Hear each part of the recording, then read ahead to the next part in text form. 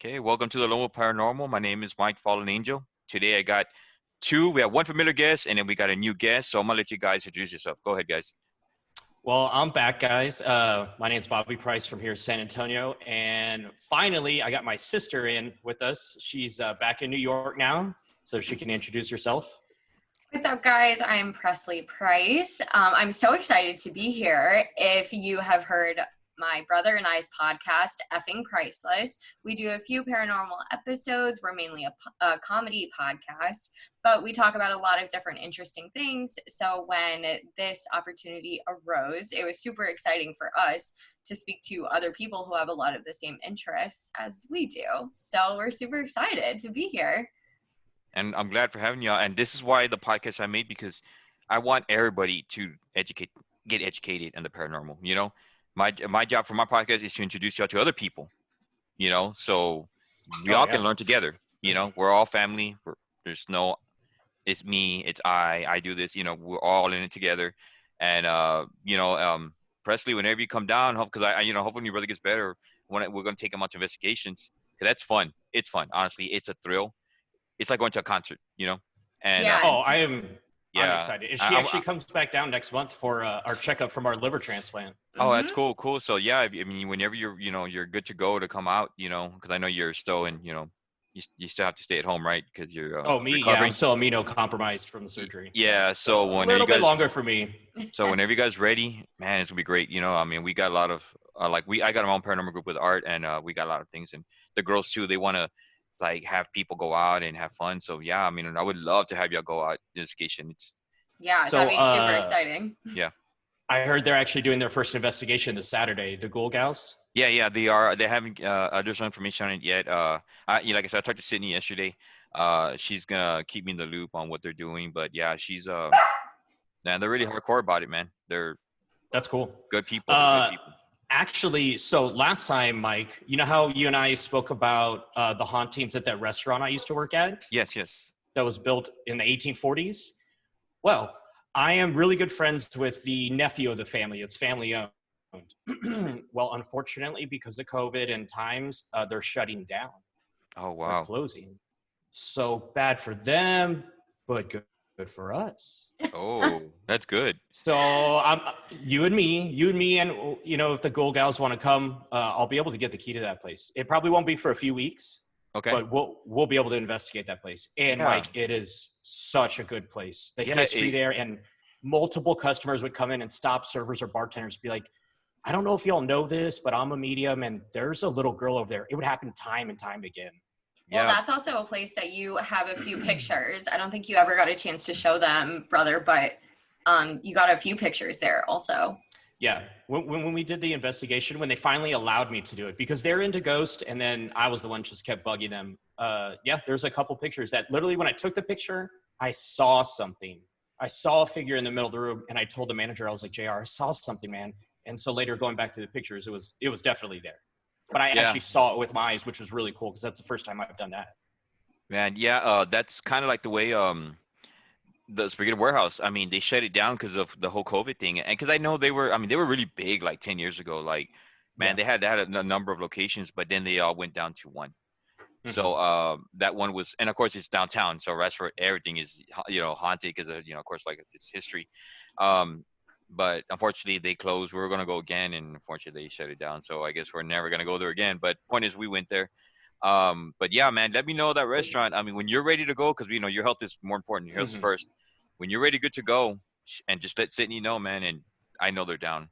Like right now we're starving for investigations, but COVID is slowing us down. And I'm like so pumped.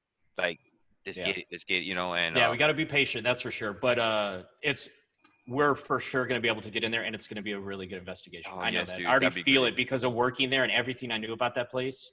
So I'm pumped about that. Oh, and see, that's good that you know how everywhere. You know the locations and where activities, and it's perfect. Oh yeah, I worked there for like 3.5 years. That's awesome. That's perfect. Yeah, I mean, it's hard when you go to different rooms, and you want to figure out like which is the hot room, the hot spots, and then you're just sometimes you put cameras and it's not it, But yeah, that's good. I can't wait, man. Oh, I know the hot spots. There was something that would happen there all the time, but I don't want to tell you and the Ghost Gals, so I want y'all to pick up on it. Yeah, definitely. That's kind of like I love to go to the place and just Like I did my own investigation just actually yesterday. Well, 2 days. Yeah, no, day before yesterday, I went to one of these girls, one of my friends, and you'll meet her too. She's a witch and she's a medium, and she's got the gift. So, but we've been friends for like 5 years now, and we hang out a lot. So I went to her house, and she has a ghost named Victor. He lives in the Hmm. house, and he's always there. Like every time I go over, I think he's like I don't know, I think he likes her, you know. So he's there, but he's a cool guy. Like he's cool ghost, doesn't do nothing. He just hangs around. But it was weird when we went to her house. She's like, "Hey, Mike." She didn't tell me anything. We just went out there to hang out, and then I just picked up my head. When my head starts hurting, there's something there. So my head started hurting bad, and of course when it hurts, it tells me where. So it's like a compass. It's like boom, and I'm here like Mm. it's. And her mom's room is haunted because her mom brought this entity in, and her mom, and I know her, and I told her because like I go, let me investigate real quick. She's like, yeah, go ahead. So I'm going there, and I told, okay, it's not Victor, right? And I go, it's something else, and there's something in there, and something was mad at me. It didn't want me there. And when I got close to the room, my head started hurting, and I was like, okay, I need to sit down. I was getting drained, and then when I get drained, I kind of it's like I'm falling asleep a little bit, and I started seeing her mom in her bedroom, and her mom is so scared. She has a, and then I noticed that she had a gun right next to her house, Oh right my next to her bed. gosh. So Wow. I started doing clues like her gun, bed, and then and all I remember is just like it's like I kind of went in her mom's body. Like I saw myself laying her like her mom like that. So I was describing what I saw. I go, look, see, mom lays right here. She sleeps with this light on. There's a gun here, and every night someone is standing by her bedside. It's right like by her, like where the light is shining through the bathroom. The door's Hmm. open, but that ghost is standing right in front of it. Right. He sees it. And I go, but see, but she doesn't tell her daughter because she don't want her daughter, which her daughter already knows. But of course, she doesn't know her Yeah. daughter has a gift. She doesn't know that. So I guess she doesn't want to scare her. So and of course, think she don't want to think that she's crazy. So, but her mom brought something. So it's attached to her, and so I told her, I said, hey, your mom has something attached, and we used a ghost box. The ghost, I asked, did you hear? And it said yes. And I said, can you show me something? And that's when it drained me, and and then the attack stopped. It left. Like I told it to leave. Like you can leave now. It left. And then after that I felt like the house was peace. Like there was nothing. It was just like the way you're at home, you feel Hmm. like there's nothing there, right? You feel that energy like it's just me, or it's just like my mom, it's all calm. That's kind of how I felt, the calm thing. But yeah, there was something there. And I just thought I'd share that with y'all. Yeah, it was cool. I'm really glad you brought that up because I have a question for you. My cousin, the story continues. And the first question I have is you say you told the spirit to leave. Would it take somebody of any psychic or medium abilities like yourself Hmm. to tell the ghost to leave, or can anyone do it and they'll listen? It depends on the person. If they got Okay. something, if they got that light, they got that strength, they'll listen. Mhm. Ghosts know. Okay. They know. It's like a bully, right? Like if a bully picks on you, right, and they know you're not a threat, and bullies know. They know. They feed off your energy. They feed off your vibes, Oh, yeah. vibrations. So if they know that you're not a threat, they're not gonna care, and they're gonna keep picking on you. Now if they know you're a fighter. They know that you can't be messed with. And if you hold up your frame correctly, you know, then they're not gonna be like, okay, this guy looks weak, but I don't know. There's something about this guy, you know. Like I better Hmm. just hold back a little bit. That's how entities are. Hmm. They're kind of like that. They know who's weak or not, and they'll pick on you, and they'll be like, oh, okay, that person, he looks, yeah, but you know what? I don't know. I think I can get to them. And there's some they're just like, oh, I mean, they'll still mess with you. They'll try. I'm not saying that Hmm. they're gonna back up, but when they try and they fail, then they give up. Now I can't say that I can permanently make them leave. It's a possibility. Sometimes it takes a group energy. Like when you go on investigations, like it's like your sister could be positive, I could be positive, and then you're negative, right? Like, because let's say you got some some stuff going on. It's life, right? Yeah. Maybe your health is bothering you. Maybe you're just, I don't know, you just had a bad day at work. It doesn't matter. Point is, you had a bad week, and then we go on investigation on Friday. You know, we can try to drive it out, but since you're the guy that has it's gonna pick on you, man. It can be triggering you. It can be scratching you. It can be whatever force it is. Sometimes these ghosts are not bad. They're just like I call them, like I said, I call them tricksters. They're The just tricksters. Yeah. they're just nuisance. They're like little kids. They just want to like Yeah. knock things down. They want to know you're there, but they're not gonna mess with you. They're not gonna hurt you. They're just there to let you know they're there, and that's how they are. So if they're demonic, then that's a whole different ball game. That's why I want to go into further investigations because like I talked to Travis and I talked to Mike Delgado, the guy who was on another podcast. These things are different levels, you know. Oh They're yes. different levels of, how can I say, like evil, like, and we can't dictate it, like if you go to Bob Mackey's, I don't know if you looked at, if you've seen that Bob Mackey's World. It's Oh yes, from Mike Ghost Delgado. Yeah, from Adventures. Ghost Okay, Adventures. so that right there is top level, Oof. like ghost stuff, like demon. That's Mhm. demons right there, Yeah. and that's where I need to go. That's where I want to go, and I'm gonna go there. And I need to, because like he told me, what you feel now is not even like the tip of the iceberg. Hmm. Like we're dealing with shit that knows, like they know how to mess with you, and me having my gift, like I need to face that.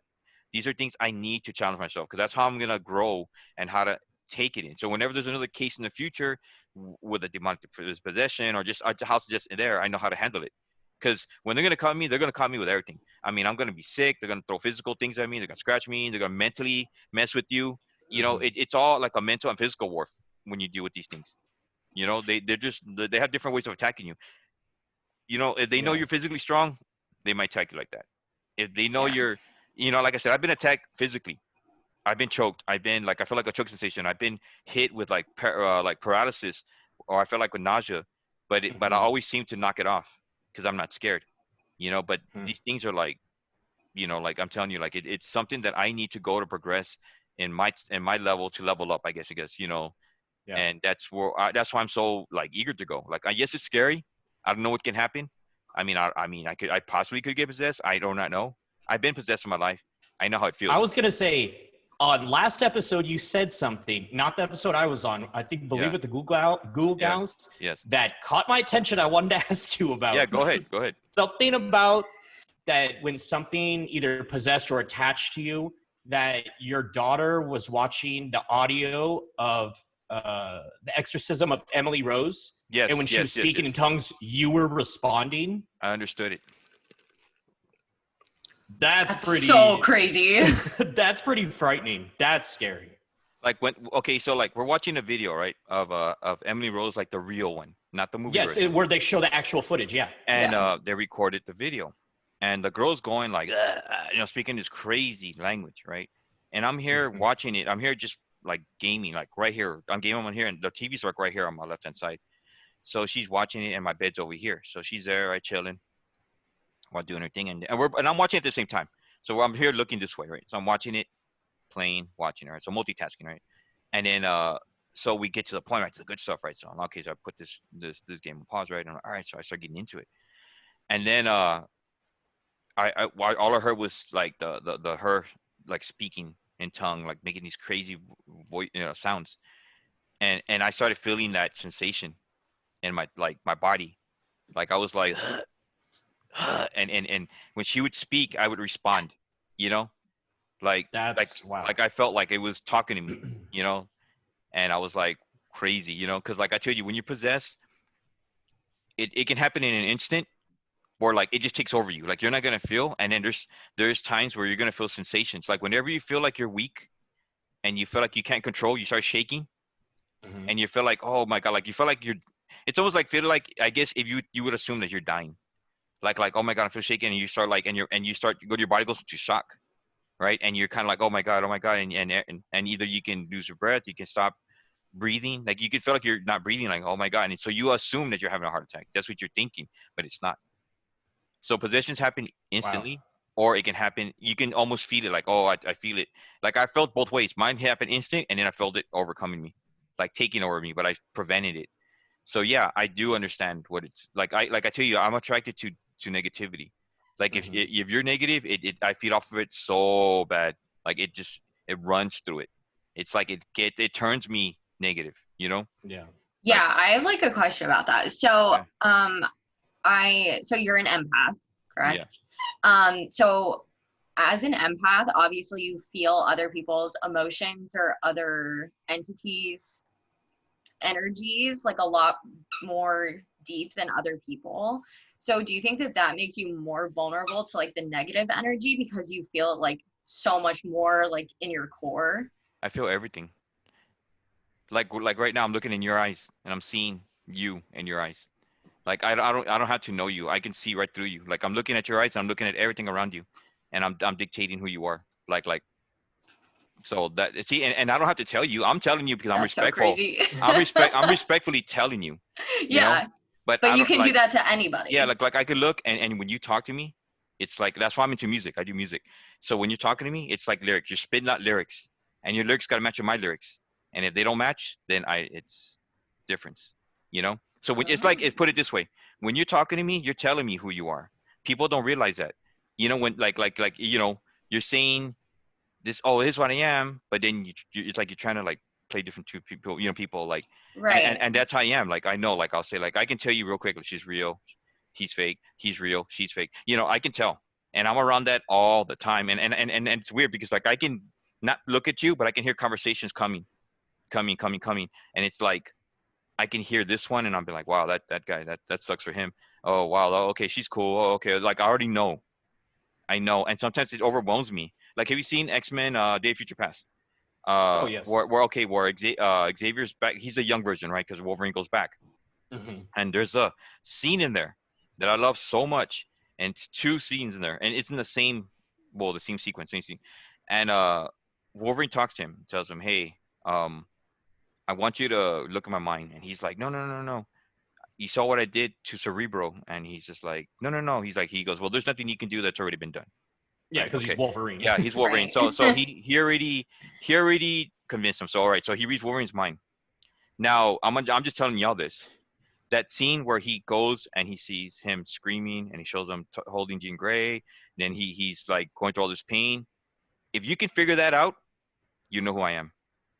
If you can put all that together, you'll figure my life right now. I'm telling you that right now. Now, That's got to be intense. so if you Yeah. can figure all that, you know who I am as a person. But I don't tell people. You figure it out. Hmm. I just throw you the hints. Now, the second part of it is when he says, when he tries Cerebral for the first time, after it was like he hasn't used it, and then he hears all those people. Remember how he was seeing all the mutants around the world, and they're like, Yeah. help me," and oh my god, and he was just going through all that. Like he was feeling the pains of everybody. That's kind of how I feel sometimes when I'm around people. I'm feeling the voices, and it Yeah. overwhelms. And that's why when he went back to the past and he talked to the old Xavier, and when Xavier tells him, like, he's like, "I'm scared," and this pain overwhelms me, and he says, "You got to embrace that pain, give Hmm. the people hope." That's kind of what I do. It's like I can feel that way sometimes. Like, okay, when the tsunami hit Japan, dude, I'm gonna tell you, not I'll tell you this. I was sleeping that day, and and I had just, I don't know what it was. It was like a dream, and I felt all these people screaming, like, "Oh my God, help me! Oh my God!" And I just felt death and pain, and I felt just overwhelmed, overwhelmed, and then I wake up, and like my dad had the news loud, like the television loud, because it just happened. They're watching it. Wake up, and the tsunami hit. It just wiped out like a lot of people, and all That's the insane. cries and all the pain I heard was them. Right. So You you know. like don't even have to be like face to face with somebody to be able to tell like their energy or Yeah. what's going on. It Yep. can just be that's crazy. Like your approach, like to me your approach is like 80% of you. Like if Yeah. you approach me a certain way, like right there, people understand that you're already telling me you who you are. And then like if I call you out on it, you're gonna be like, "I'm not like that." And I'm like, "Yeah, you are. You just told me." How Yeah. what did I say? I just shook your hand. you know I just, but the way Hmm. you did it, body language, you know it's like that's how it is with everything. Dating, interviews, meeting people, it's all like that. It's Yeah. all like that. It's all, people don't understand. Like I sometimes I help people, like I'll have a lot of guys that, because I'm a little experienced, and I used to be in a relationship for like 10 years. So I have some guys that were, they're like telling me about, oh, how you talk to girls and everything. I'm like, be you, dude. Just be you. That's it. That's all you can do. Oh, what? There's a strategy. What's this pickup line? There's no pickup lines. It's who you are. People can read you. Yeah. Women can read guys. Guys can read women. I mean, it's Yeah. all mental game. It's all it is. It's all about approach. Approach is how you it is. If I approach a woman with a negative attitude, thinking I'm all hard, they're gonna be like, oh, he's just one of those guys. If well, it has to be girls. You can do guys too. Like I can meet you and I can approach you with an arrogant attitude. You're gonna be like, oh my god, this guy sounds like he knows it all. You know True. what I don't know. Yeah. And see, so that's how it is with ghosts. Like ghost knows and empaths. Like they that's why they say like even though I'm silent, I'm seeing things. They just think like the quiet guys don't know nothing. Like, oh, they're shy and they don't know nothing. They don't know what's going on. But it is like we know. Like I know every single thing you're telling me, and that's the sucky part of art. Like it's a good part. It's a good like to say it's a curse and a blessing. Because sometimes Yeah. when you Mhm. don't want to care, it just makes you care because it's rubbing off. Like if we all work together, eventually I'm gonna vibe with y'all. So I'm gonna know how it is. So if your sister's mad and you're in a happy mood, I'm gonna know. Even if she hides it, I'm gonna know. I'm gonna Yeah. be like, you okay? Like at work, I see people. I'm a manager, so I'll see someone down, and it's weird. It's like I'm not even looking at them, and then I just see someone down. Like it's just like that energy. So I'll go to them and I'll be like, hey, you okay? And they freak out. They're like, oh, yeah, I'm doing fine. I'm like, hey, okay, well, hey, just know, hey, I got you. I'm here for you. And then I walk off because I want to make them feel good. And they're, Mhm. and that's how I meet a lot of friends because I show compassion. You know, I'll know. Like if I know you're ready, like I see how you are, I see how you walk, how you move, I know how you think, how you talk. But one day, if you just stay quiet one day, and I knowing that you're an outgoing person, you're not, and you smile a lot, and you're not smiling, maybe you think that I don't know, and I'll know. I'll be like, hey, you okay? And you'll be like, what are we talking about? I'm like, no, you good? Yeah, yeah, I'm fine, just whatever. And they'll tell me, yeah, I just had a bad day. Okay, Yeah. cool. Hey, I'm your, hey, if you didn't talk to you, I got you, bro. All right, cool, cool, cool. And you see, that's how I know. It's like sometimes you don't want to know. Like if I don't care, the worst thing part is when I wake up and I don't want to give a shit. Like, you know what? It's all about me. I used to get selfish, right? I don't want to care about nobody, and that's when it hits you the most. Oh man. When you Too don't bad, care, right? yeah, Yeah. when you don't care, that's when it just happens. That's when people come to you. It's like I could be in the shittiest of moods and be like, I don't want to talk to nobody, and guess what? Everybody comes to you. Hey, Mike, I have this problem. I'm like, first of all, it says Dr. Phil on my forehead. No, it doesn't. But that's how it feels like it. And people come, and then I'm cool. I'm just like, yeah. But that's how empaths work. Like, it's and that's what happens when you're in the paranormal field, like world. You go out there. Sometimes these ghosts tell you how they are. They're like people. They're just like, I'm hurting. You know, they'll come to you. You start feeling pain. You start feeling sadness. You start feeling happy, mad, angry, and that's how I get. I let the spirits open me up and tell me how it is. But yeah, that exactly how I know about that. Like that girl with that's possessed. She's Mhm. telling me what she's going through. So it Yeah. reacted to me, and it's like, oh shit. That's why I can't be Wow. around too much powerful stuff. Like I'm around, if I'm a demon thing, I'm gonna convert to it. You're It's gonna get gonna, affected big yeah, time. because it's gonna Yeah. it's gonna tell me, to do it. So this is why I have Mhm. to go out there and try it. So I can Yeah. learn how to control it. Because there is a demon in me, and people don't believe me, but there is. I was possessed by one. It marked me. It's there. It protects me. People don't believe it. People are gonna think I'm crazy, but it's there. It's always there. I Well, have a it's interesting that you say that because the story with my cousin, more things have been happening. So we had figured out that 3 different places that he lived had been haunted, and he kept thinking, "Oh, what my luck! I move into another haunted place." Well, after we talked about it, we're like, "No, no, no! Something is attached to you and has followed you." Right. Well, Mike, you and I spoke about the relationship he was in last time and how it was giving them violent, terrible nightmares. Well, that relationship is now over. So he moved into a new apartment, and these new apartments. It's by La Cantera. yeah, yeah. They're brand new, super nice, no history, no nothing. He moves into this new apartment this week, Mike. This week he moved in, and I'm sorry, next week, last week, because it's already what, Wednesday now. Yeah. Mhm. And I talked to him and I said, "Hey, buddy, hey, cuz, how's everything going? Anything weird in the new apartment?" Because I told him, and I don't know if this is the correct thing to do, so I need your advice on this. Yeah. But I was like, Joey, you need to. My suggestion is go in there with burn some sage, and I want you to tell that spirit to leave you alone. You have no power over me. You have no power over my life. I am done with you. And because he's Catholic, I said, use Jesus and God's name. Tell them in their power you have no right to be in this house over me anymore. And he's like, okay.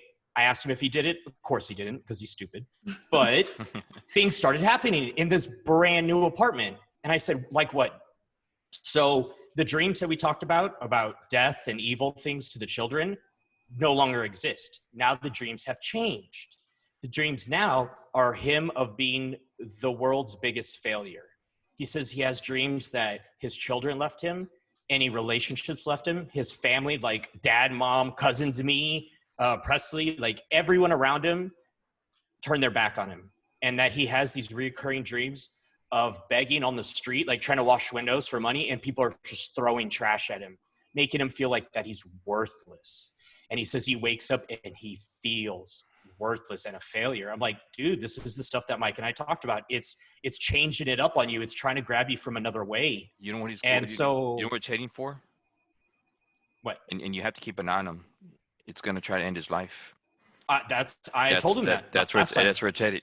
That's where That it's going to try to make him feel so alone and worthless that then it can take his body. The next Yeah. You know, like Yep.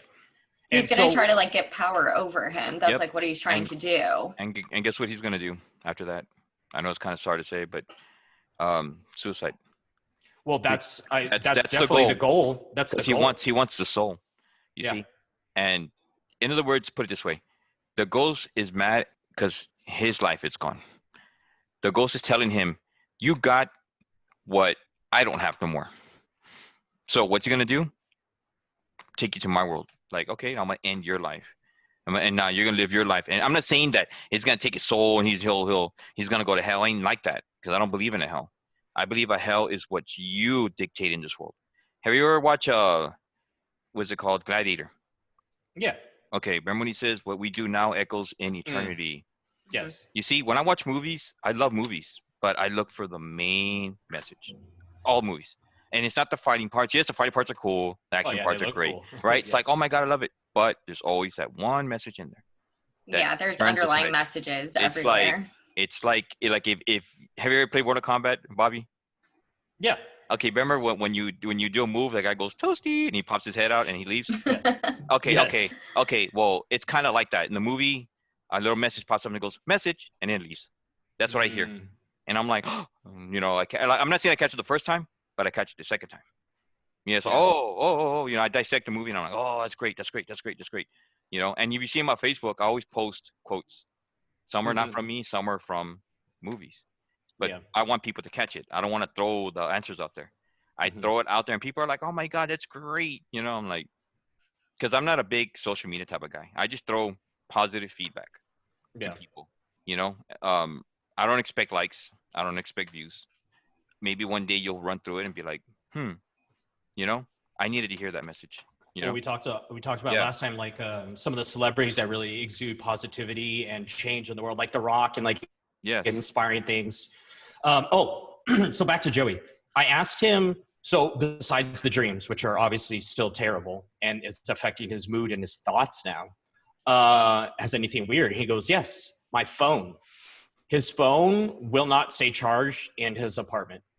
He said that he goes to work, he's out all day driving around, fine. The second he gets in his apartment, it drains from whatever it is to 40 to 30, and then it dies.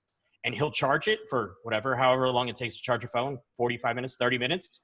It'll go full battery, and he takes it off, and it'll die. And I'm like, oh, it's probably an old shitty phone, bro. Come on. He goes, no. yeah. I use the same charger at work. It only happens here. It's draining the energy from my phone. I was like, ooh, okay, that's doing something. It sounds like it don't sound demonic from what you're telling me. It sounds more like we talk about a prankster. But Like what this about those ghost, dreams? those see the like I said, your ghosts know who you are, you know, Mm-hmm. and like this ghost is not a dumb ghost. Like when I No. say prankster, some are just like I consider them like childish kids. You know, Mhm. they just like I said, they want to go there, knock shit down. So they went like, oh, I'm here, and then you're just like, oh, okay, right, okay, I know you're here, big wow, right, and they leave you alone. Sometimes they overdo it. This one is already like it's on a mission. You know, Mm-hmm. it knows what it's doing. It wants it. You know, now I can't say it's demonic. I possibly could, but the only way I would figure it out is I have to be there. Yeah. I have to feel the vibration, the energy. Everything's based. We're all energy. If I can feel the energy and it's telling me, like, look, this is who I am. This is what you're getting into. Then I'll know. Yeah. I'll And be like, 100%, I would love for you to meet him as soon as COVID, we're all cool and everything's safe yeah, again. You know what? It did one more thing because I asked him and he was like, my phone, it's kind of weird. And he goes, oh shit, no, wait, something did happen. He got home from work and he had somewhere to be in like an hour. And so he said he just laid down on his couch to take a nap for like 30 minutes, get up and then leave. Well, he takes everything out of his pockets, puts it on his table, lays on the couch, and he's in the living room. So he takes a 30-minute nap, wakes up, gets up, goes to the restroom, comes back out, and he's like, all right, I need to go wherever he was going, I think dinner. And he starts grabbing his stuff off the table, and he's like, where the hell's my phone? and he searches. He's like, that's weird. I took everything out of my pockets and put it on the table. He looked under the couch, under the table, see maybe he swatted it, moved when he was sleeping, napping, and knocked it over. Well, it's not there. So he's like, where the hell is my phone? He goes to the bathroom, goes to his room, and he can't find it. The last spot he goes is the kitchen, and the phone is in the middle of the floor, just sitting there. And he's like, okay, that 100% was in the other room with me. And he told me, and that just happened 2 days ago. And so he's like, dude, it came with me here to the new apartment, alone with me. It's attached to him already. It's because he invited it. When you're negative, you're inviting it. Like you're like saying like, yes, come mess with me. Yes, come slap me in the face. Yes, come, and that's what they say. You want to live a positive life. Like, yes, we have bad days and we're not going to have great days. But at least we can have that one time instead of having like 5 consecutive things happening, Like I said, you go to work, you get shit out by your boss, right? Fine. Right. You go home. You come home and then as soon as you're about to get in the car, you have a flat. Great. You fix a flat, you drive over there and then you find out that, well, I don't know, you forgot to pay one of your bills. Just random stuff happening, right? You get home, your kid cusses you out, like, what the heck, or you find something that your kid did and you're just like, well, you got in trouble in school. It's like that because in this life, you control everything. Some things are not controlled, but you control the majority of it. Like if you look in the mirror and say, hey, I'm going to go get that. I'm going to knock that interview out of it.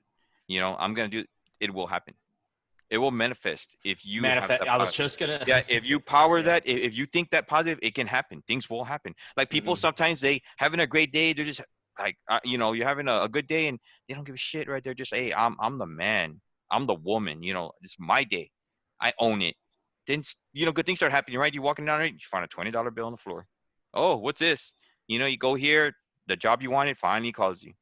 It's like you make a good grade in your school, it's like the job it's just, you get a raise, it's all like that, but it's all how you think. Because like, if you think you're sick, like, don't get me wrong, COVID, I know it's a big thing. I'm not a doctor, but I know how it works. Like, if you think it too much, like if you're scared and you're like, oh my God, I'm gonna wash my hands every 5 seconds and whatever, if you manifest it so much, you're gonna get it. Oh yeah, I wouldn't think obsessing over it is good for you. No. Yeah, if you think because like it's like that. If you think about something can happen. If you think that you're a failure, you're gonna fail. If oh, if I walk out of here, I might get hit by bolt lightning. It might happen. It's how you manifest things, and that's the power of, like they say, it's the power of the word. Like you speak. When how when you hear motivational speakers, right? They speak and it's powerful, right? It like hits you and like, oh wow, like I didn't see it that way. Oh it's wow, energy. Yeah. It's how entities work. Entities work like that. It's they speak, and yeah, like him right now, he's low. I believe in vibrations, all about vibrations, and that's where music comes in, frequency comes in. If your frequency, if you're vibrate, that's how I read people. If your vibration's high, I'll know you're for real. Like I know, okay, this guy. If your vibration's low, I'll know. It's just like and that's the way people are. And me, like I'm a high vibrational guy. Yes, I have my vibration days, but I'm a type of guy that I stand my ground. Like like I'm very framed. Like I hold up my frame well. Like I don't care. Like I just don't care. Like if you confront me, I don't really care. Like it's just like because I know who I am, and I'm comfortable with who I am. So if I do weird little things, those are my proud little weird little things. I'm not gonna change it for anybody. And that's the way people should be. Like you should be. You should love yourself always. Always. Do what you got to do. Like I'm a paranormal investigator. People call me crazy. They know. Oh yeah. They're like, oh, Mike, you're messing with this and you're messing with that. I'm like, how do you know? How do you know that I'm not doing the good thing? Maybe I am doing the good fight. I mean, my job is not to get views because I don't care. I'm not. I mean, I don't have a shit ton of views on I don't give a shit. I'm not. You're like not doing it for that. You're doing it because you like to doing this. It's educate enjoyable. people. Yeah, it's educate people and to protect people. Yeah. If I would if I go to your cousins, I'm there to help them. We don't have to have cameras there. We don't. Like we can have cameras for the evidence, but we don't have to go live. We don't have to go like, oh, we're gonna go live, and I want my viewers to see. Like I don't give a shit about anything about live. Like as long as he for sure needs help. Something is definitely affecting him. I'm there to make sure that he walks out a happy man. That's my job, and that he has his life back in order. Yeah, That's me it. too. He's my cousin, and something's like messing with him. And this is 4 different places now, 4 different houses, Yeah, or apartment houses. That's ridiculous. Yep. Yeah. And not only that, he has like 2 little kids. So Yeah. whenever See, they go and stay with him, it can affect them. And yeah, see, because spirits hit you where it hurts. Like, okay, for instance, like example, like in the movies, right? Like, there's always like, if okay, like, or forget the movies. This is an example. Like, let's say if you had insulted me, right? You beat me up, right? And I wanted to get vengeance on you, right? For me to get really vengeance on you, I wouldn't come beat you up and hurt you worse than you did. I'd attack someone you love. Yeah. yeah, that's like the You see, dream that my brother had. I think, did you talk about that last episode when you were No, on? no, the Ouija board one. Yes. No. So he like had a dream about me and me being ill, being injured. And I was like, that is exactly what they wanted to do. Like they know how to hit you where it hurts, 100%. That was the worst dream I've ever had. Yeah. It was a nightmare. And like when I woke up, I was like, holy shit. Like, and it turns out it was the, that, I don't know if I want to call it haunted Ouija board. I would say charged. Let's say charged Yeah. Ouija Yeah. board. I didn't tell you that story. I told you the story about when myself and the girl with the parents said it was a murder-suicide when Yeah. she was using it, and something took over and started moving the board, and it was she believed it was her mom or dad talking to her. I was like, this isn't them. Like, you need to stop doing this. This is a spirit that's messing with you because you're so emotional and thinking about the biggest tragedy in your life. The way I got that board, I started getting into the paranormal, and I was obsessed with Ouija boards. I was like, I just want to try it. I just want to do Yeah. it. I didn't really understand it then. And so when I was in high school, I got one. My mom found it. She got rid of it. She told me she burned it, but she didn't. She gave it to my cousins. Well, my aunt is really into the occult and paranormal stuff. And my aunt lives down there in the valley. So I told her for my birthday, I wanted an active Ouija board. So she said, okay, no problem. I'll get you one. So for my 21st birthday, I believe, she came up to San Antonio and gave it to me. And when she handed it to me, she told me exactly how this board is put together. It needs to be done like this every single time. So when I got the board, it was, first off, it's a Spanish board. So all the Spanish lettering, the alphabet, si, no, adios, it's Spanish. So on the cardboard box, there's these holes that were punched into the top of it in a weird formation. And then there were 4 crosses drawn on the corners of it in big Sharpie. I was like, okay, cool. So I open it up, and there's a ton of white pieces of cardboard paper that was tan on one side and white on the other, maybe like an inch big. There's like 30 of them, like giant pieces of confetti scattered on top of the board. And there was a bunch of sand. I was like, okay. And she goes, when you're done using this board, you put the Ouija board back in, you sprinkle the sand all on the top, you then put the pieces of paper sprinkled on it, close the box, put it where you want. That will keep it contained. I was like, okay, that's very specific. Very Yeah. specific. How did you? She was like, okay, now I'm going to tell you how I got this board and why I'm telling you need to be careful with it. So she went to her psychic that she goes to weekly, which is in Mexico. And she told her psychic that she had a friend, me, her nephew, that was starting to be have a mediumship here in San Antonio, and that she needed an active board. So she lied to her, of course, which not, whatever. It happened, not proud of it, not a good thing. So the psychic friend said, oh, she needs an active board? I'll get you one. So that lady in Mexico, they're Matamoros, she went and got the Spanish board, and then she went and her friend, I don't know if it was Santeria or just an occult black magic. I don't know specifically what it was, but her friend practiced that. And they dug into a murderer's grave, just shallow, not like all the way down, put the board in the ground, and then for however many days, I forget what she told me, whatever significance it was, they would kill a chicken or a stray cat or dog, and then they would do a ritual of blood over the board. And that's how I got that board. And then they put all the protection stuff with it to keep it contained when it's not being used, and then gave it to me. So I was like, okay, I asked you for a board. You got me a board. So as soon as she gave evil. Yeah. So as soon as she gave it to me, I was like, I want to play it. So we pull it out, and it was my girlfriend at the time and my aunt and me. And we're in my room. and nothing's happening. And we only do it for like 5-10 minutes and nothing picks up. But out of nowhere, I got super sick and had to run to the restroom and start throwing up. Out of nowhere. Like we were just, and I was like, I don't feel good. And I was like, okay, that for sure had an effect on me. I don't, it didn't move or say or speak with us, communicate, but it has got some kick to it. So the story that Presley's talking about, years later, I had only used the board a handful of times.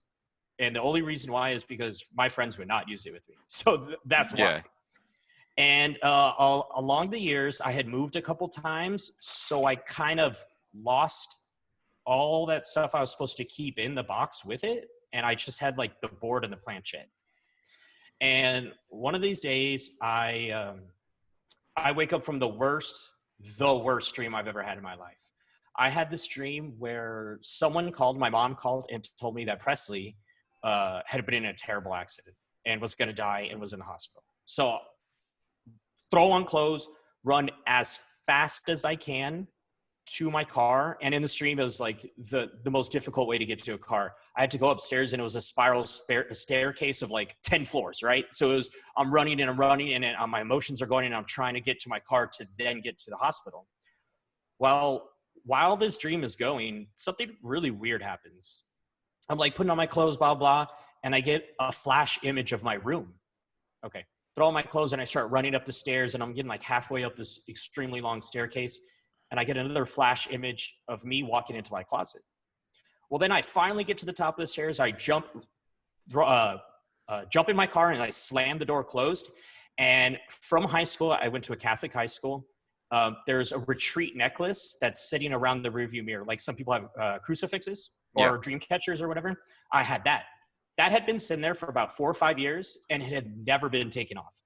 It was with braided rope and they were tied in 2 knots. So you could like adjust the size and do the slip knot. Yeah. When I jumped in that car, I slammed the door and that necklace untied itself and fell to the floor. Now in this dream of extreme scaredness and worried about my sister, that's nothing. I'm like, okay, what the fuck? Crank the car, take off. And then I try to get to my sister. Well, why the dream's almost about to end, I kept having flash images of me in my room, walking into the closet, entering my closet, and then grabbing the Ouija board and pulling it out. And so I woke up and I was like crying because it was so like my sister is hurt. She's about to die. And I was like, wow, what a dream. That got to me. That really it got to me. And so I was like, all right, whatever. I happened to be a little late to work. And so I threw on clothes, run upstairs, and when I jump in my car, I slam the door, and just like in that dream, that necklace that had been around the rearview mirror for 4 or 5 years, untied itself and fell to the ground in my car. And I was like, oh shit. It happened exactly like it did in the dream. And that necklace has been there forever. Since I took it off of my neck, I put it in the car and it's been there. And so I went to work, and it's funny that you say like you could tell when something's wrong. My manager came up to me, a good friend of mine. I wonder if we've never talked about this, but he knew something was up with me, and he was like, Bobby, what's wrong with you, man? You're usually such a fun, out loud, like outgoing person. He goes, what is wrong with you? And I told him the whole thing, and he goes, do you know what's going on, right? And I was like, no.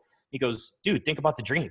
You kept having images. The Ouija board is calling to you. It wants you to use it. I was like, oh.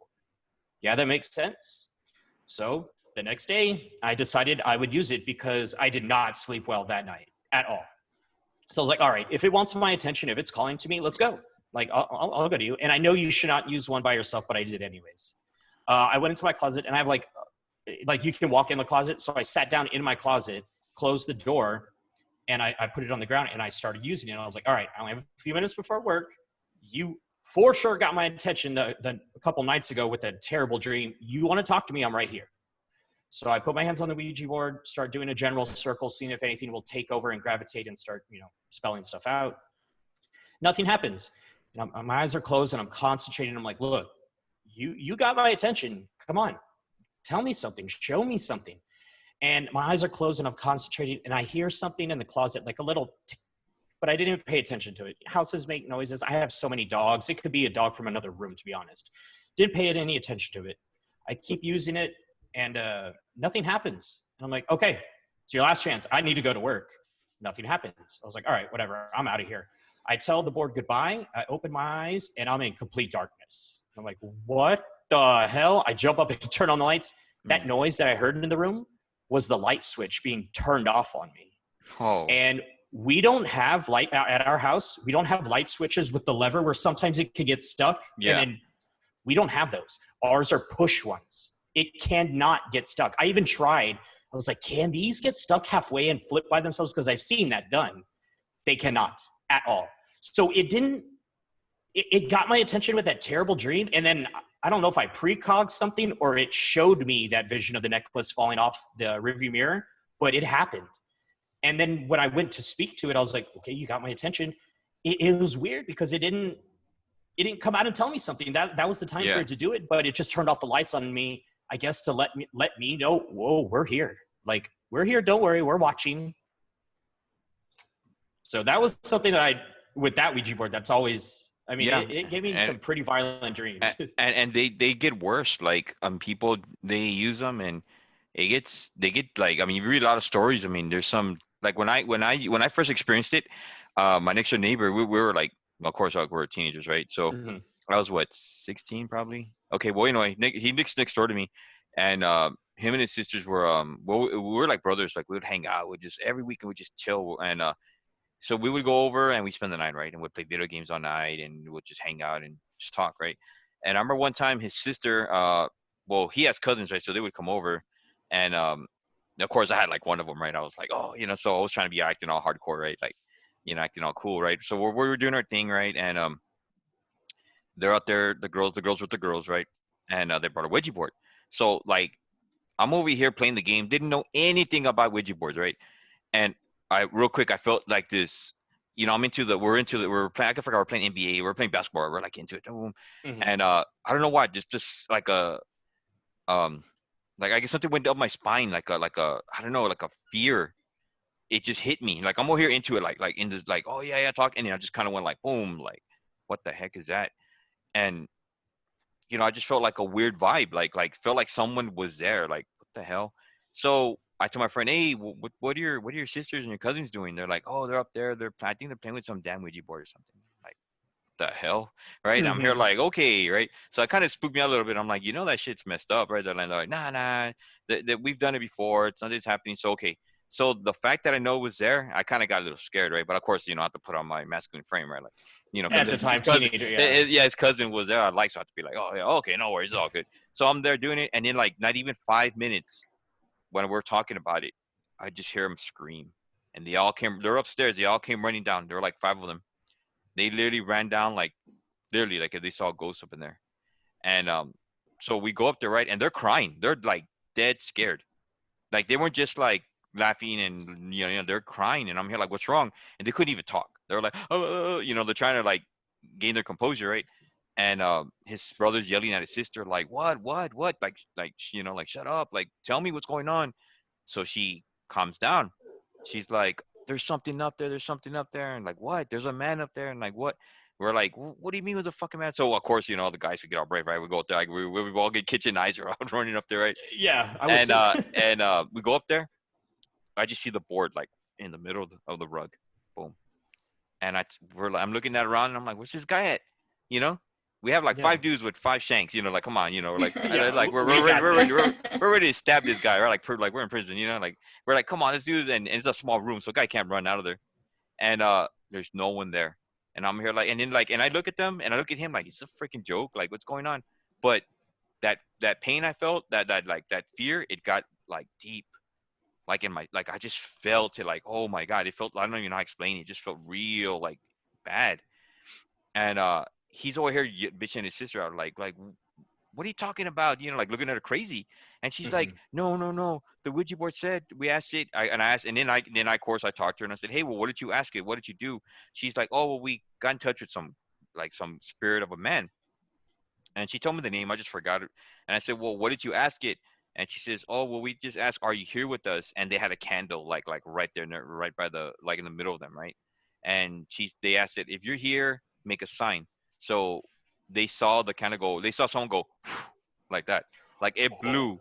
Oh my the candle, god. and like they're all around it, like they're all around it like this, like in a circle, like kind of like in a Yeah. seance kind of thing, right? And Hmm. the candle's like right there, and it's a big fatty candle, so like it's like not a little cheap little. And they asked it, if you're here, make a sign. And they just felt even the wind from its mouth, like the air just got that. Oh. Oh my And then god. the message it left was, I'm looking at you out through the window. And that's when they tripped and they ran down. Oh, it Okay, said that. yeah, Oh that's the my message it god. did, and that's when they booked it. Now look, here's the kicker though. That was scary, yes, but for me, that we all got scared because we're here thinking their their cousin sisters are on crack, right? We're like, what? And so when I went up there, his brother freaks out. Or like, what the hell? And I'm like, let me go get the Ouija board, right? Because I'm not scared. Like, I'll get it. I'll get out. I go, you know what? She's like, the Ouija, they're all scared. So I'm like, I'll get it. I'll get the damn. I'm gonna throw this shit out of here. So I pick it up. I swear to God, it's like if your sister had a book, she's trying to pick it up, and you put your foot in the middle of it, and she's trying to pick it up, and you have your foot right, all your weight on it, and she's like, Oh, that's how it wow. felt when I picked it up. I felt like something was holding it down, and I was like, bro, like I'm like, dude, I can't even lift this shit. And his cousin's like now he thought I was messing with him. He's like, Mike, shut the Hmm. hell up. And I was like, no, dude, like really, I can't lift it up. You pick it up, and he picked it up. He couldn't even lift it. It felt like he was That's. like, and then after a while, like when we tried, like, and then I'm here like talking to it. I'm like, leave us alone, let it go. And it finally, I went like, it finally budged. And what was funny is that I left the imprint on the rug of the Ouija board, like left an imprint. Like, It was Oh holding it down my that yeah, much. yeah, it god. was holding it down. So I got that thing and I threw it outside. Like I literally threw it in the trash, closed it, boom. And we were like freaked out. And I told him, and Yeah. I was yelling at him like, why did you do this? Like, don't ever do this shit. Like, this is just a warning. Like, and okay, so they finally got rid of it. Check this out. They threw it in the trash. Totally forgot about it. Right. I go back to my house. I'm kind of spooked out a little bit. Right. I go. He goes and I tell them, look, call your mom. Their parents got home already because they own a bar, so they came like at 12. Right. They Okay. came back and everything, and they didn't say shit. Right. They're like, no, no, don't tell mom, don't tell mom. Okay, so they play dumb. They play like that happens. We go home the next day for 2 days. Doors were slamming. They heard people voices. They felt that's the room where they haunted. They felt someone was in there, like they were talking, like they heard multiple people in there. And they go up there, there's nothing. And then that Ouija board that I threw outside the next day was on the front porch. You can't just throw them away. That doesn't work. And he told Yeah. me, Yeah. he called me over when he saw it the next morning. He called me because I was an early bird at that time. We would go play basketball, and he goes, Mike, he goes, get your ass over here. So I go over, come down, it's right there. That's yeah. I've. It did like Did they I close the session on the Ouija board? no, they Because that's didn't. They always left. They okay. said they didn't close the session. That's the problem. When all that Yes. happened, That's rule number one. yeah, and see, and I didn't know because like I was just like, get this thing out of here. Oh So my they didn't close the god. session, but it finally they Yeah. burned the Ouija board. They burned it. That's. They told the Oh my parents. god. The parents just got it. They burned it. They were pissed as hell. They burned it in it, and it of course it disintegrated. The curse stopped after 2 days. All the activity stopped. It already left. Man, That's. but that Oof. was the worst. That's why I don't fuck with Ouija boards. Like that Don't was give me Holding it chills. down. I don't fuck with Ouija boards either, Mike. yeah, don't fuck with them. Like that's why Every don't. time I. Every time I ask Presley if she'll do it with me, she's like, "No, get that away. I don't even want to see it." yeah, Mm-mm. don't mess with that. That thing because That's. every Ouija board is different. Like Oh yeah. there's some that are like you can mess with them and yes they'll get entities, but it's like they get baby entities. They don't get real ghosts. Hmm. And then there's the ones that are like been passed down through generations and they've been cursed like hell. And those Yeah, are the like ones my that have brothers. yeah, exactly. They do blood sacrifices and everything, and they bring the real shit. You know. Yeah, Yeah. like if I were to do a Ouija board, it definitely would not be my brothers. Like for sure not. Yeah. Well, I Like had another one, but mom got rid of it, so I had to get a better one. and some those you can't get rid of. Like those are not Yeah. easy to get rid of. The spirits like Mm-mm. you can't say like leave my house and you could do many blessings and it won't happen because these things are powerful. Like these things will fight you to the tooth and nail. They'll fight Yeah. you until they have to leave.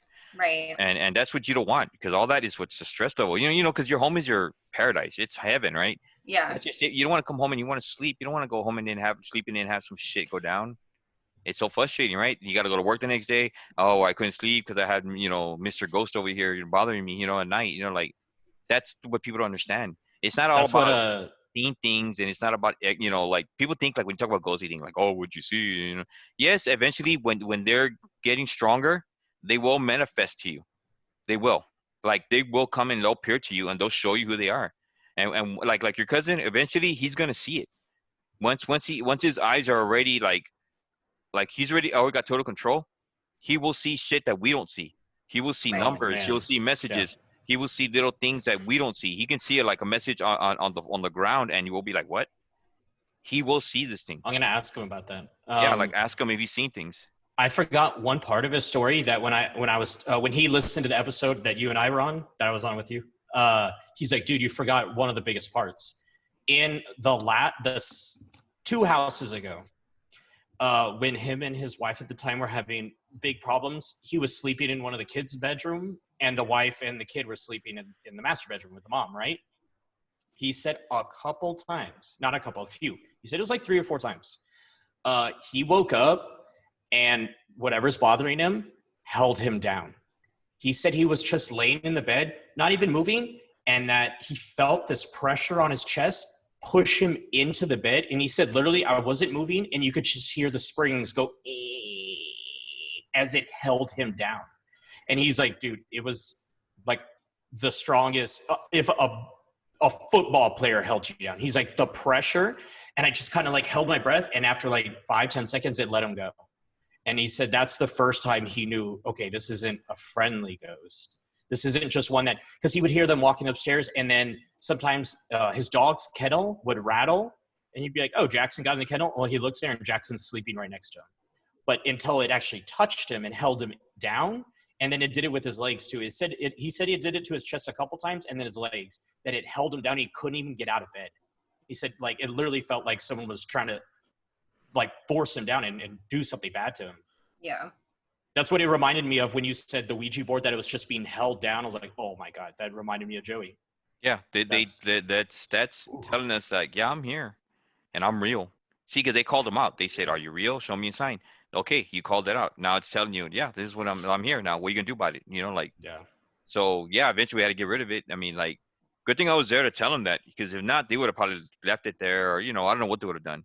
But cause my friend is not a believer. He was like, yeah, whatever. It's they're just messing around some stupid little board. It's imagination. But when he saw that, because he was like, oh, I'll get rid of it, and I said, lift it. And he lifted it, man. You should have seen like his face. Hell yeah. He was like, what the hell? He just couldn't believe it. Like he was like, what? And I go, there it is, man. I was like, this is why you don't fuck with the shit like this. And he's just like, Mom, we gonna get rid of it. I'm gonna get rid of it before my parents get here. I'm like, okay. So I started talking to it, like, you need to leave. And I guess when it felt that I'm not scared, and it felt that light that I have in it, just like let go, And then I It's got like, oh, it. someone that's not afraid of us. Okay. Yeah. Like, Yeah. So let Yeah. go, and I got rid of it. I threw it outside. I should have just burned it, but I didn't think about it. I just threw it in the trash. yeah, you said you were a teenager at that time. Yeah, We were yeah. not See, thinking I like was, that. You're like, get rid of it, hide it. Yeah. Yeah, it was more just like get rid of it. Like I could have just threw it across the street if I could, but yeah, it was bad, and that's. Yeah. And your cousin right now, like, man, I really want to meet him, really, like. Yes, for sure. Cause, He actually wanted to meet you for sure. I was like, dude, I'll talk to him and we'll see how everything with COVID and everything else. Because for sure he needs help. And the fact that he just moved into this apartment last week and things are already happening, I was like, dude, it's not getting better. No matter where you go, it's not gonna you need to deal with it.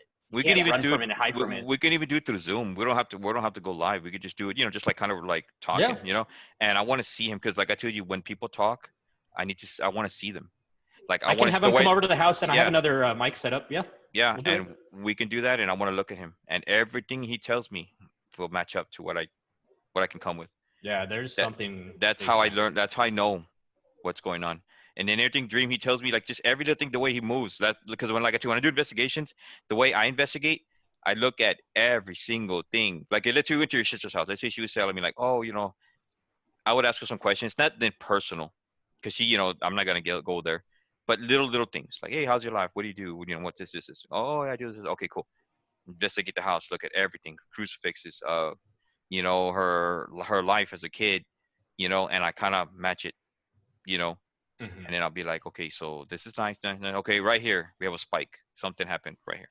And then I'll ask you who you hang with, what type of people, what's your crowd, what's your social scene. That also explains, the type of person you are, what you do, Right. And then it makes sense. Like, oh, well, I like doing nice things. All right, great. Oh, and by then, I do blood sacrifice at night. Oh, okay, whatever. No, it's not like that.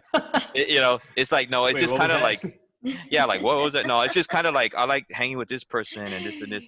and he kind of it draws it just leads a path. It leads a path to where, and it's like, okay, well, she does this. Oh, she's into that. Okay, cool.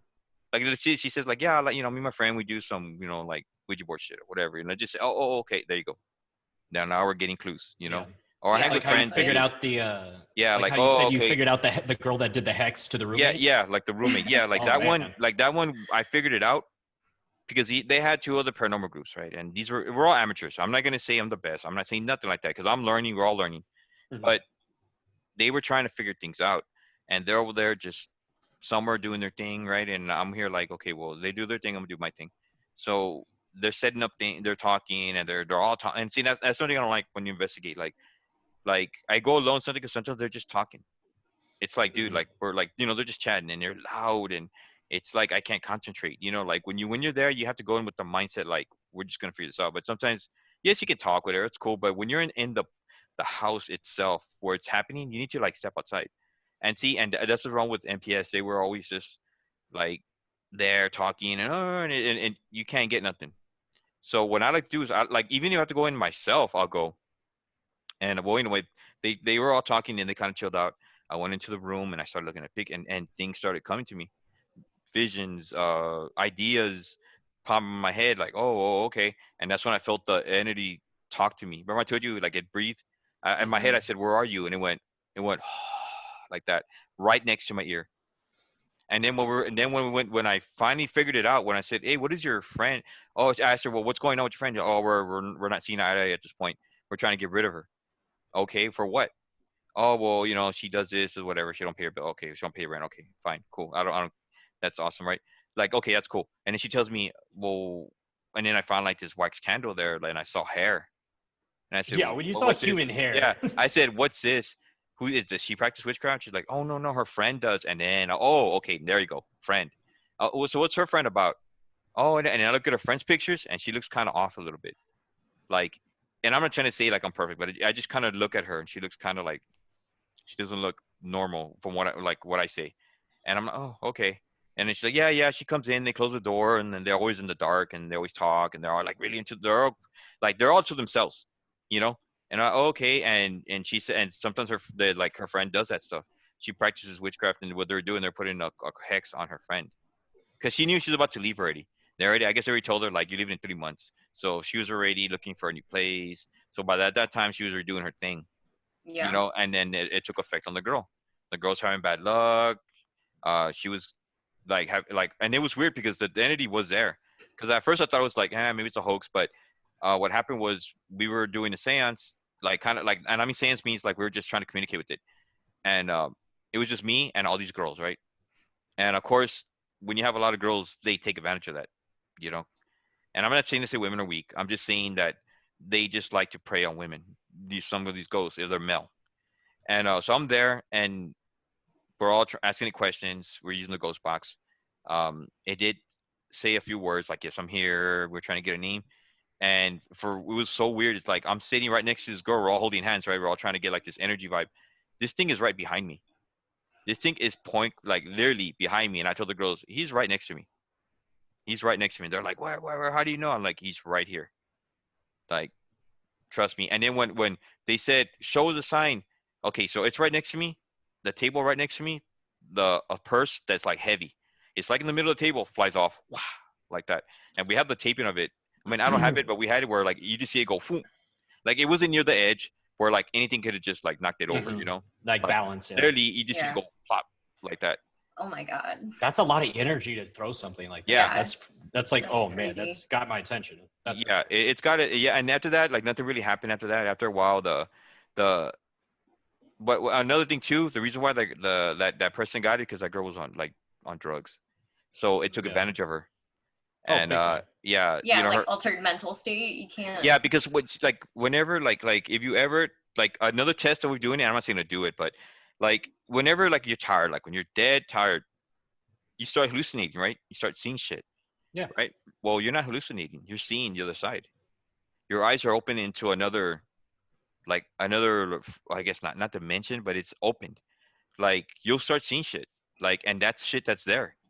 Like when I'm driving home, I'll see people walking sometimes, like shadow people, like whoa, and I know I see them. I'm like they're right there, like. you start seeing things. You know, Yeah. that's why when you're you know how sometimes when people are medicated and they're like in a, like, let's say like morphine or whatever, they say, oh, I saw something that I was talking, you know, like, yeah, that's when they come to you because your mind is open, your third eye's open. It's like anything's attracted to it, Right. and they'll come see you. They'll sometimes see like they talked to somebody, they saw like their great aunt. Though it's the truth. You will start seeing things, you know. Yeah. So all that is real. All right, Mike, brother, I have to go to work, unfortunately. Okay. No worries. But this has been so fun. You guys can continue, but Of I have course. to head out. Hey, well, Well, it was a pleasure Thank you meeting you, so much. Presley. Yeah, Yes, you too. We'll do it again soon. definitely. Yeah, whenever time, you take it easy. All right. Be careful out there. Yes, Stay you healthy. too. Be safe, everyone. All right, Presley, take it easy. wow, man. Yeah. That's so there's two stories I would definitely wanted to tell you. Since I've been on your podcast and we've had a couple episodes for paranormal, a friend came in and told me some stuff, and I've known him for quite a while. He's a good friend of mine, and I guess he just never felt comfortable coming out and telling people this kind of stuff. But I guess, well, I'll tell you. So he came over to my house to hang out the other day, and they brought up the podcast, Effing Priceless, Yeah, my yeah. sister and I's podcast. And then I talked about years and stuff like that. And we were talking about what you and I had spoke about. And he, out of nowhere, told me, oh, yeah, I used to see dead people. I used to see ghosts. And I was like, wait, that's kind of a big thing to say. I was like, what do you mean? And he said that when he was younger, he could see them everywhere. And I was like, what do you mean? He goes, dude, I'm not joking. I don't mean once in a while. I mean everywhere, every single day, walking in the neighborhood, going to school, everywhere. And he said that the one incident that scared him the most, that really made him confirm what he was seeing, was that he was younger in the grocery store with his mom, and he, go get the chips. So he ran off to go get them, right? Well, he went down an aisle, and it was a small, it was not HB. He said it was like a Culebra meat market, like, small family owned. And he said that he went down an aisle, and this guy stopped him and told him, will you please tell, and I don't remember the name, a woman that was like looking for something on the shelves, will you please tell Mary I still love her? He didn't even think anything of it. He was 10 years old, 10 or 11. So he went up to that lady and said, hey, Mary, blah, blah, blah, says he still loves you. And the lady broke down and started screaming at him. And she thought that he was like a little malicious little neighborhood kid making fun of her. Well, that was her husband that had just died last week. Oh, wow. And he literally said, I was like, and I won't say his name because I don't think he's ready to talk about this publicly. Yeah.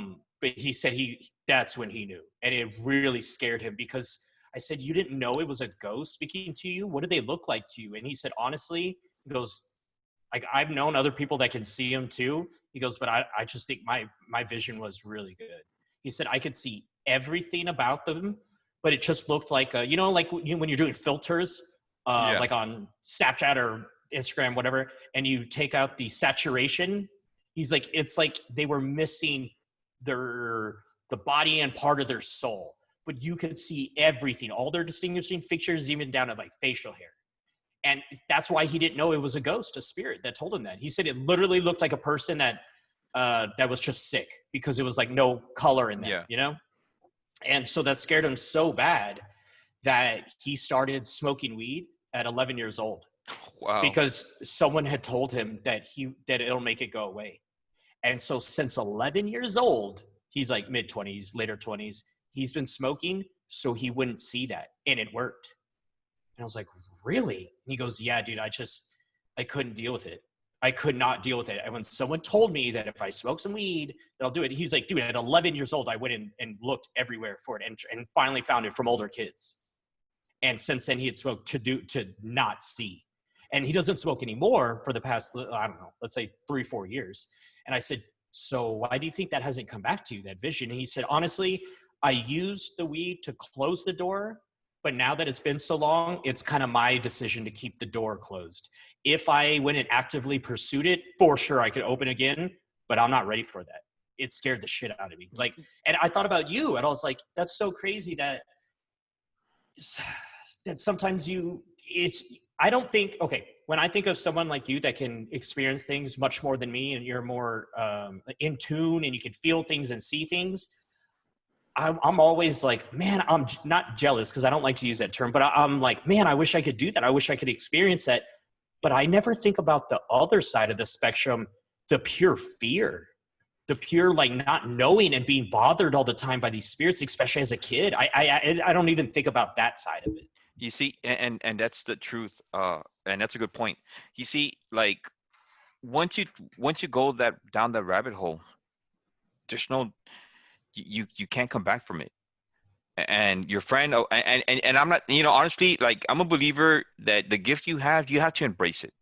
You have to, because you're chosen, you're picked, and a lot of people don't realize that. They think it's like, oh no, it's just, and he declined it. And honestly, yes, it is scary, but it makes you the person you need to be in this world. Because I believe that we all chose to come here. We all chose to come for a mission. We all have a mission, which it could be spiritual. It don't have to be spiritual. We're here. We're chosen. We chose to come here. Mm-hmm. Now I know we go to the Bible and there's all these stories like, yeah, well, you're here and God comes this. We all have our own stories. I believe that. And like me, yes, I came back. When I went to my position, I died. And I don't mean physically died.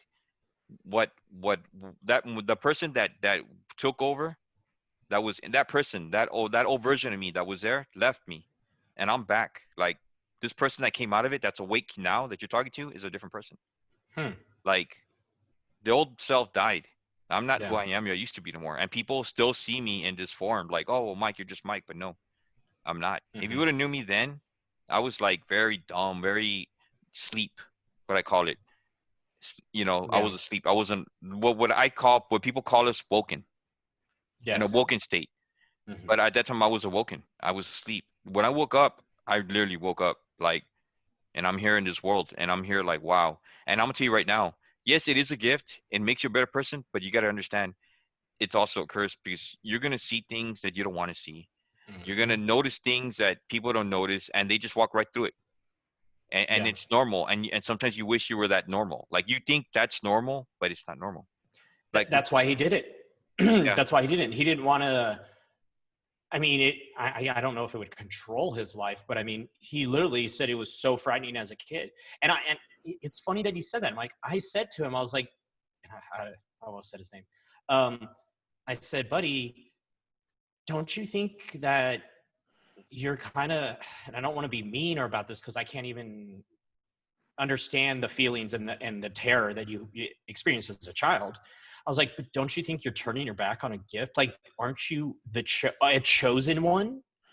Because if I can't do it, only a certain amount of, like, I'm saying personally, I can't do it, but only a select few amount of people have that gift. And they're kind of like, they're elevated than me because you're able to help not just me, regular people, but you're able to help spirits. You're able to do something not other people can. And you're there to give them comfort and to help them through things that, like someone like me with the eyes, I can't see that. I can't experience it. And he goes, yeah, sometimes I kind of think that, but it's just at that time in my life, I couldn't do it. I was a kid and I was so afraid of it. And then I asked him, which I truly believe in. I said, I always thought that it's genetic, that it's in the family. And literally before I could even say anything, he goes, my dad has it. Like instantly, he already knew.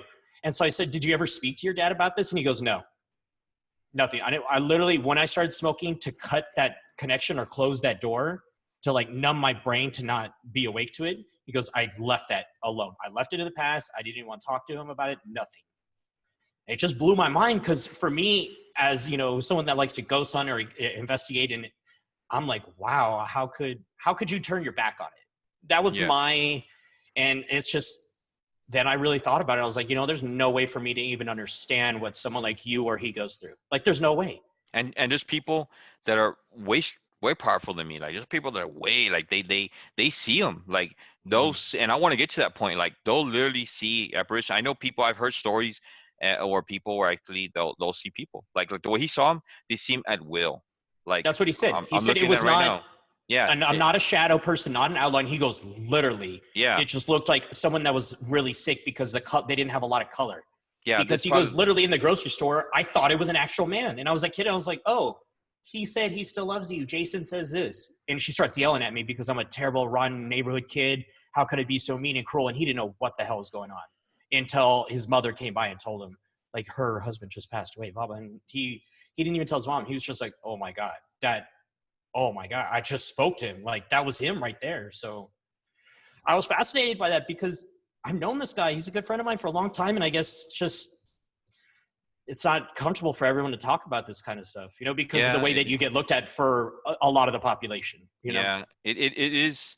It's acceptable, but you still gotta watch out what you say. You have to know the person, and like I said, it's all about like vibing with them, like we talked earlier. Like you feel that connection, go for it.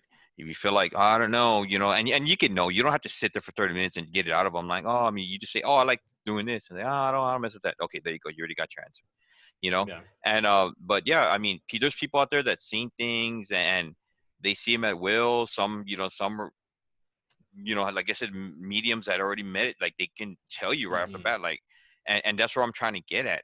Like I'm getting closer to it, but I want to see it like through my own eyes, and I do see it but not at will. It's random. It's like when the world wants me to see it, like when it says we need it either for protection or whether to help somebody, or it just has to see it, like, oh, wait a minute, what was that? Like, oh, okay, so that's different. That's what I'm saying. There's so many things, and like and like what I know is just like a little bit tip of the iceberg. It's not even, dude, it's not even like, there's so much that I need to learn. And that's where I want to go. Like, and it's just not to pick up ghosts. It's to learn my abilities. Like I want to expand I want to level up. Like I want to, Level up. That's a good way of saying that. I like that. Yeah. Like that's where I want to go. That's why I want to go to these haunted places. I want to experience getting attacked. I'm not saying I want it to happen, but if it happens, how to handle it, how to, how to talk about it, how to share it with y'all. Like, this is what it does. This is what, that's what I want to do. And see what people don't see. Some people think like, oh, you're just out there to get views and you're out there. Like, no, I'm out there doing the real thing. Yeah. I want to tell you, like, I'm gonna go an infield and make it work. I don't want to just sit you telling stories. Like, I want to go out there and be like, we went here. This is what we caught. This is what happened. And it was a good thing. It was a bad thing. It was scary. Like, it's gonna happen. There's gonna be a point in my life where I'm gonna see something that's gonna be like, whoa, mind blowing. I'm sure you will. Yeah. And and that's why the paranormal field, like, we talk about like these people that they're all, we're all one family. We all have to learn, because it's a big thing. And like, I can't wait. That's why I'm really anxious. Like, we all go out. We all can go out with the girls. The good girls. You, your sister. Like, go out there and and I want you to go and see how you feel. Like, you'll know if you're for it or not. When you go in there and you be like, you know what, I tasted some of that negativity. I can't deal with it. We took it people where they'll like the one house we went to, before the guy even stepped into the house, I already felt the negativity in there. But before he even stepped in, his girlfriend goes, I want out. We just got there. We just got to the location of the client, and the girl backed out. She's like, I can't do this. Like, she just, was the energy that intense or yeah, frightening to her? it was so intense. Like, wow. She goes, I can't be here. And her boyfriend was like pumped up, like, well, we just got here. Like, come on, give it like an hour. And she's like, no, I'm going home. And so she's like, oh, okay, well, and we tell the guy, oh, we'll give him a ride home. So she took off, and good thing she took off because it got really bad. Like, the intense, we had a lot of activity, but the emotions, the intensity, like it was so hardcore. Like, some people were getting sick, some people, it was just, and then the people, the clients, they were arguing and they were getting intense, and the client had a gun. So it was just fueling anger and like it was just like tarnished, like it was like bad, and like she felt it. When I walked in, my senses, my head was hurting, and I was telling me where it was already. It was like upstairs. That's the first thing I pointed. I look up the steps. That's where it was. And before the former group in PS, like I said, they're just amateurs. They don't. I'm not saying I'm like I said, I'm not trying to say I'm an expert, but I tried to tell them like it's up there, and they're like, yeah, whatever, Mike, you're the new guy, you don't know. Whatever, right? I mean, so they're doing something. They're using equipment. You using you. Yeah, like you're gonna beat any equipment any day. Yeah. See, I'm using myself. I'm not trying to use like, I mean, yes, we need those equipments. Which that's I was good. just gonna say, not to knock equipment, but you can't beat someone that can actually feel that in the energy. Like, you can't beat that. So sure enough, after not arguing with them, right, they go up there and go, oh, guess what? It's upstairs. I'm like, well, duh, I said that like an hour ago. Like in my head, I'm like, that's what I pointed out. So Yeah. we're up there, and the spirit's talking, and it was, of course, it's malevolent. But the clients brought it over. It was more of a, what was it? Okay, so they were doing more like, the spirit was a perverted spirit. It Hmm. was active. What was it? Yeah, it was more into like sexual things, like, and like I tell you, when you bring people to your house, and I should have mentioned it to your sister before she left, but when she watches the podcast, she'll probably see it. But when you bring people to the house, you're risking bringing other things with it. You know that it's not, like, if it's like they bring their scent with them, you know, Hmm. and it's happened already where like people come over, I'll sense something else is here, and sure enough, it's a spirit. Like, okay, so when I did the podcast with John Lugalo, right? He kept telling me towards the end, he says he's heard a woman's voice, right? I don't know if you heard that. He told me. Okay, that episode blew my mind. That guy has gone to such cool places: Mackey's, Waverly, Black Swan Inn, the Queenberry, the Lexington. That guy blew me away. His And stories were amazing. yep, and we can go to the Black Swan Inn because Sydney, uh, Hmm. she knows the Curious twins, which own the Black Swan Inn. So we could Nice. Did not we know that. yeah, she knows them. So we can probably work out something where we because I think it's like $300 and for the whole night, but you stay there and Hmm. you sleep there. We can all pitch in and go there, or maybe even discount. I don't know, like, but she knows him, Oh, and it's 300 for the whole group. I think so. Yeah, I think it's Oh, something if it's like that. that, yeah, let's do that. Because Because I mean, I know yeah. Bob Mackey's. If you want to, John told me if you want to spend night, it's like $500, but it's like per like so many people. Yeah, It's but just right not next to like, the port of the hell. yeah, like, Bobby Mackey's is a whole nother level. yeah, it is. It's a Ooh. whole level. I mean, people were getting attacked even in the bathroom. Like, if you watched the Ghost Adventures where a guy was saying that he was taking a piss, and this Hmm. freaking like form of a guide was like staring at his ass like right behind him, like, the hell, like, Or I remember when the caretaker on the second or third time before he died was possessed, and yeah, I he saw was. that footage. I was like, "Oh, that's real serious over there." You saw how he was like talking to that guy. Oof. He was like, oh, like he was just so negative. Like he was just talking Yeah. shit, and but yeah, like, that's that's how it is with the paranormal. Like that Hmm. back to that story where the girl, okay, so they brought like this spirit, perverted spirit, and he was giving her these feelings of like I guess you can say like seduction, you Hmm. know, like. And so it was funny because like, so technically what the clients were doing, they were having relationships, you know what I'm saying? They were having sexual, but they were having it like in a, I guess you can say, like, group thing, you Hmm. know? And all that is, you're just breaking the purity of it, and Yes, they're having. they always Yeah, depict devil orgies and devil like yeah. satanic, Satanic no word, yeah, love, no yeah, just yeah. It was just given to lust lust. and Yeah, flesh. yeah. Yes. So they're doing that type of shit, but they didn't say that.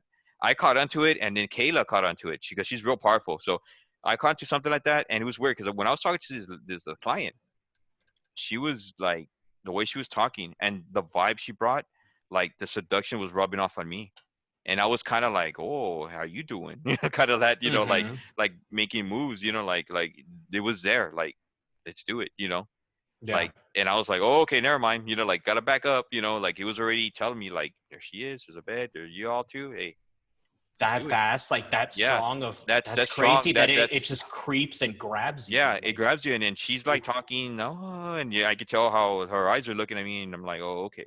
And then it happened another time too, uh, where a girl, where another client, where the ghost, where it happened, where we just got through an investigation, and I was the day we saw a ghost, we got it in a film. The cousin and her took off, right, because they went to the club, whatever, right, and we did our investigation, so that was our time to do our thing, right. Oh, So perfect. once Yeah. we caught the tape and everything, we were about to leave, and her cousin was there. They're all getting dressed up, and yeah, she was pretty. She was going there with her boyfriend and everything, and they come back, and she's drunk as hell, and they're arguing, and that spirit was already attacking her, because like she's drunk, so she can't control her, and she was like Hmm. cussing out her cousin that she just went out to the club with. They're like fighting. She's Yeah. like, oh, she's this and this and this, and we're like, whoa, okay, like, all right, so we're about to leave, right? We're just trying to hurry up, and we're like, and then we're telling her like to calm down, and she's making a scene. And then it's weird. She gets drawn to me. I'm not even paying attention. I'm the little nerdy guy right there, and she comes up to me and goes, "Hey, how you doing?" And I'm like, "What the hell?" Like, and then Hmm. we're like, she's making passes on me, like flirting technically, and I'm here like, okay. So I'm kind of like, and so I leave, and I go to the room, and we're all there, right? We're all breaking down and everything, and we're all sitting on the couches, and we're kind of tired, right? 'Cause it's already like 2 in the morning, 3, right? We had like we've been there since like at 9, 10, like Mhm. 4. No, sorry, 4 in the morning, and and she's over here, and she sits right next to me, and she's like literally making passes, like putting her on land, and I'm here like, okay, you too, like it was weird, like she was just like Yeah. crazy, but the spirits do that, like they and I felt that aroma, like that, the energy, and I'm like, oh, okay, I know this is where this is going. Yeah. And then I left. I was like, oh, I gotta go outside. And I took off, and it like went away. But basically, they were freaks.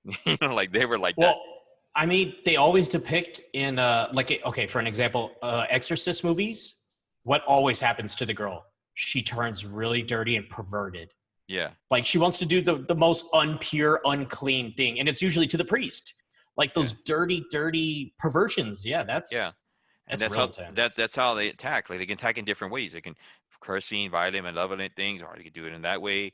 They have ways. And seeing that's their ghost. They were doing that. She was cheating on her dude, and then they practice like that kind of orgy shit, and that's what brought that negative spirit. And it was weird because they said that when they were gone, like whenever he brought her to his house, because he had a nice house, it was nice, shit would happen. But when she would go back to her house, when they fight and he'd kick her out or whatever, they would go, they separate for a little bit. Everything was cool. Hmm. Nothing happened, and he lived by himself. He was just him. He had no kids. And so one day when they were living together, they came to the house, and then they heard people like having sex in the room. What the hell? And they go to the room. There's no one there. Like it's crazy. They Wow. like, yeah, they were hearing like if people were having sex, and they walk up there and they go, what the hell? Who's up here? Having a party up in our house. And they go up there in that Yeah. room, and no one's there. And What are the spirits called that try to seduce you? They're called succubus or something succubus. like that. That's what Yeah, it is. Yes, I've heard that in quite a few investigation where they're like, no, there's like another level to yeah. this. Like It's she would always different. feel It's like she would feel like something rubbing her leg, like in a sensual way, not yeah. like in a bad way. Like she's like, I'll be asleep, and like something would just be like touching her, rubbing her, and everything. And there's stories where like ghosts will actually seduce the women, like Hmm. and when they're asleep, Yeah. like they have their way with them, like, and I it's mean, you said real. it. What you do in life echoes in the afterlife. So if you're Yeah, a perverted or you're trying to prey on women or men in life, it would be the same thing after, except for now you have an advantage because yeah. like now it's even worse. So yeah, Oh, and that's real. that's what That's real happened. Like intense. yeah, it was really bad. Like it was, and when we left, like man, it was, yeah. That's why I experienced like what you do and what you think and your energy. It's gonna make you that person. Like Hmm.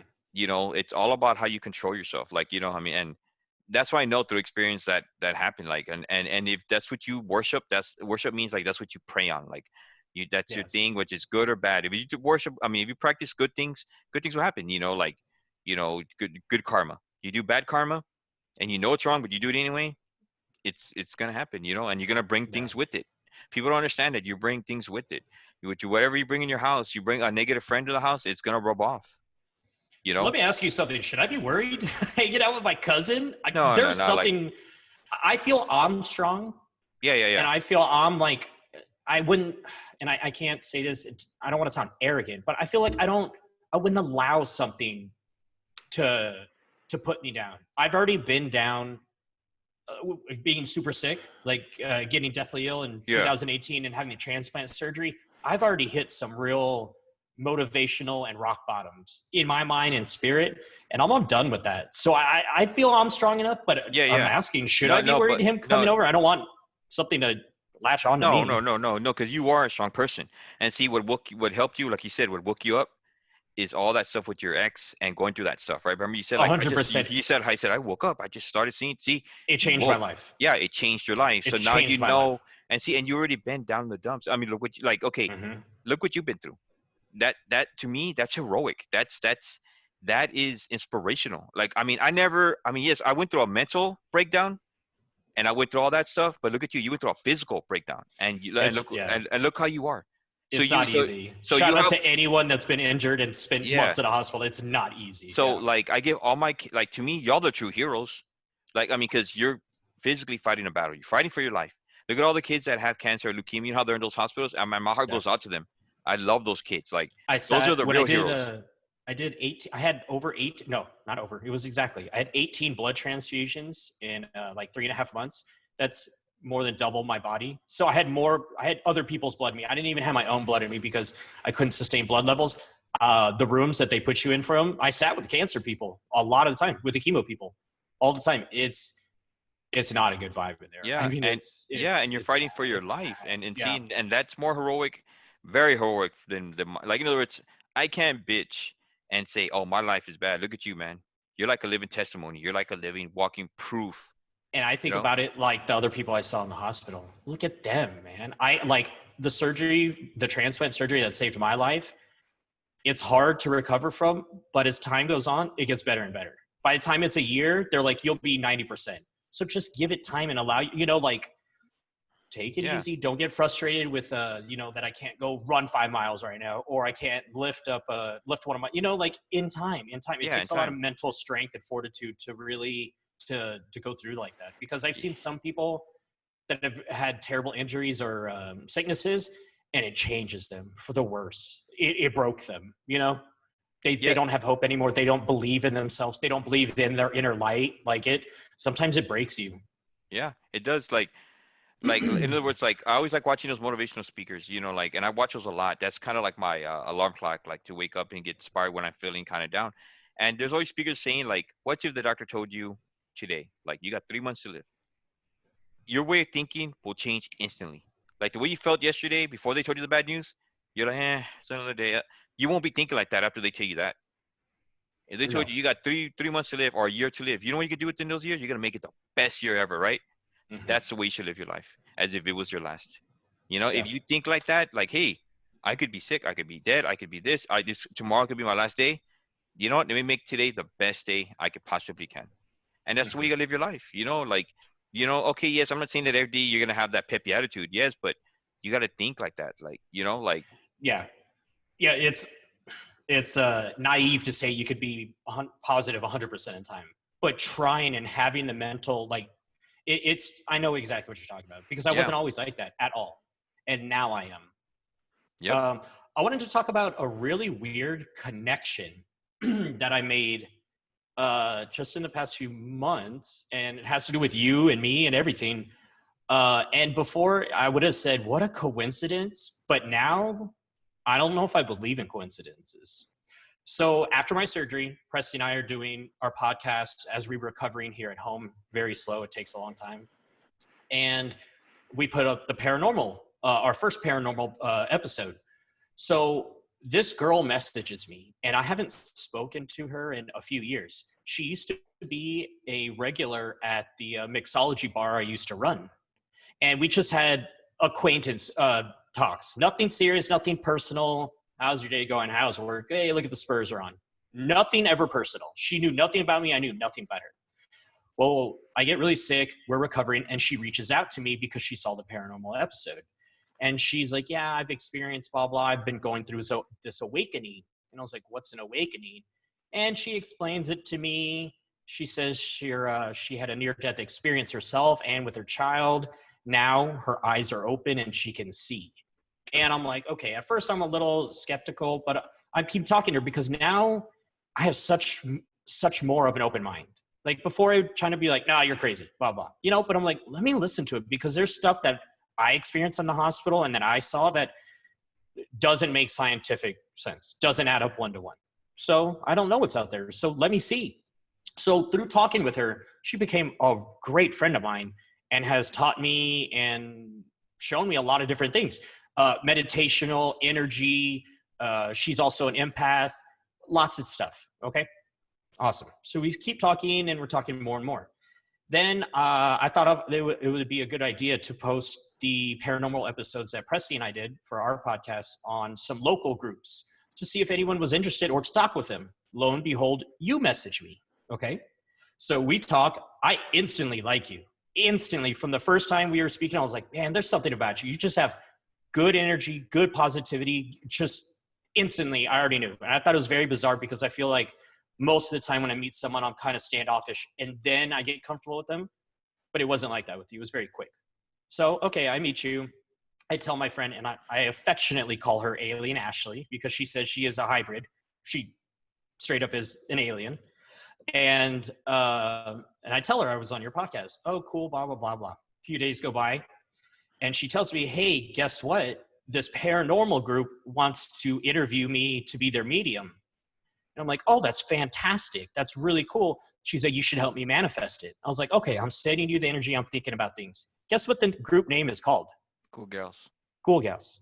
That next day, they're on your podcast. That next day, you posted it.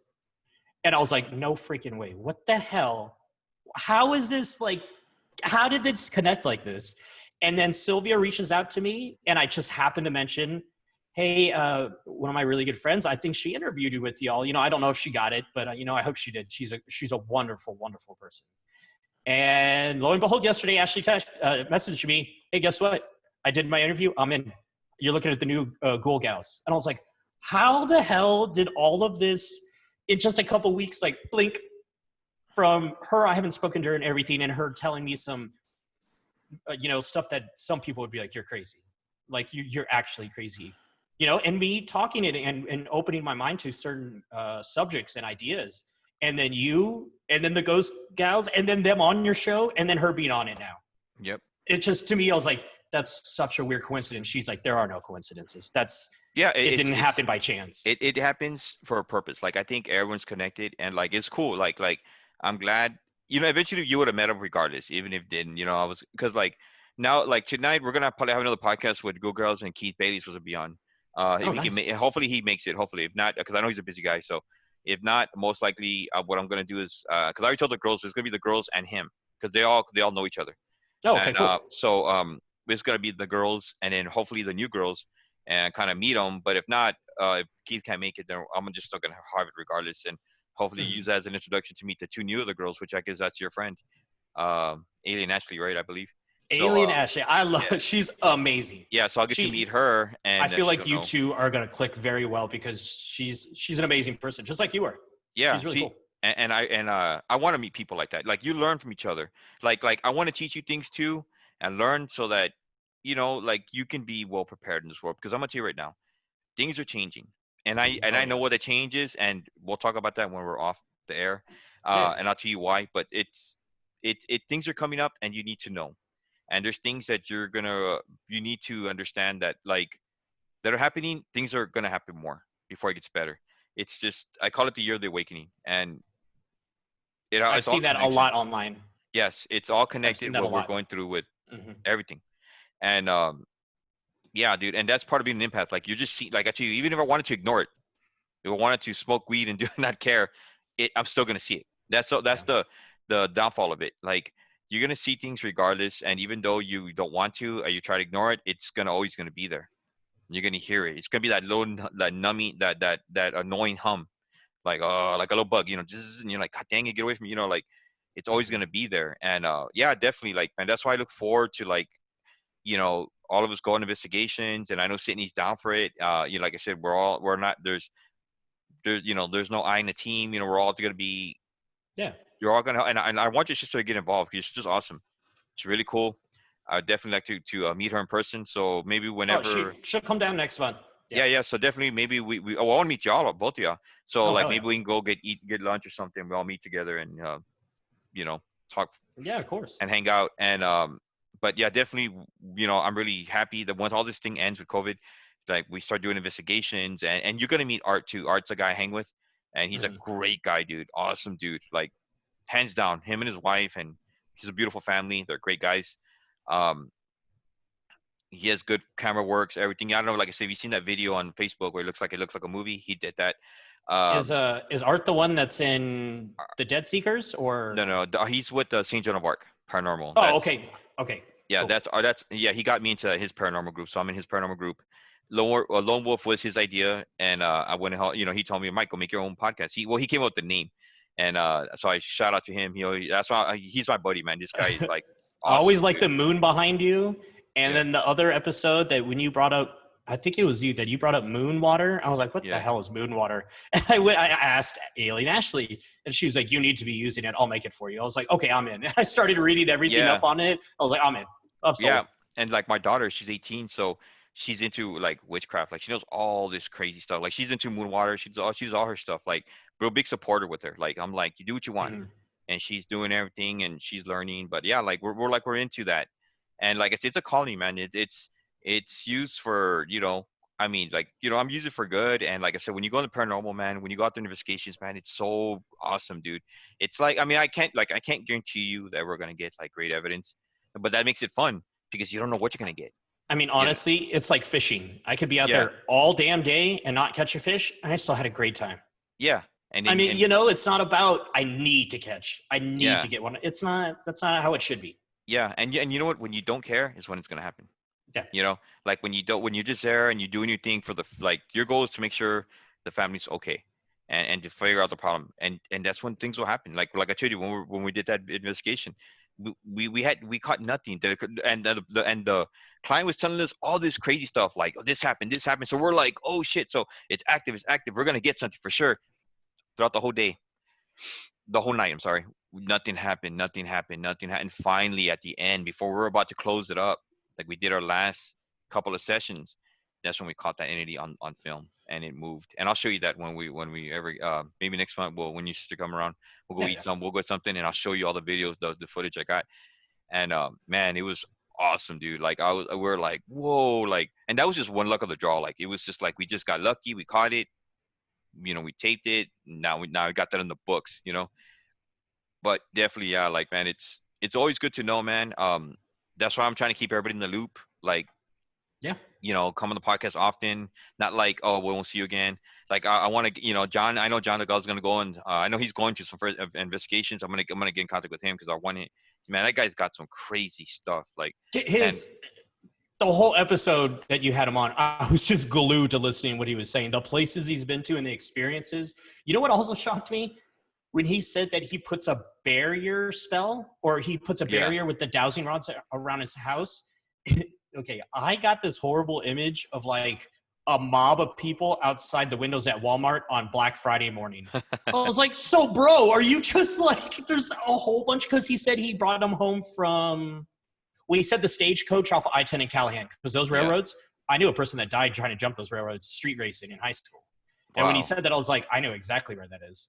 And then he said somewhere else. I don't remember if it was the USS Lexington or the Queen Mary, but that things Yeah. followed him home. I was like, oh man, Yeah, see, and this guy. these guys are like OG, like I have a lot of respect for like guys like him, and like Keith Bailey. Like you'll meet if he comes on the show tonight. Hopefully he can make it.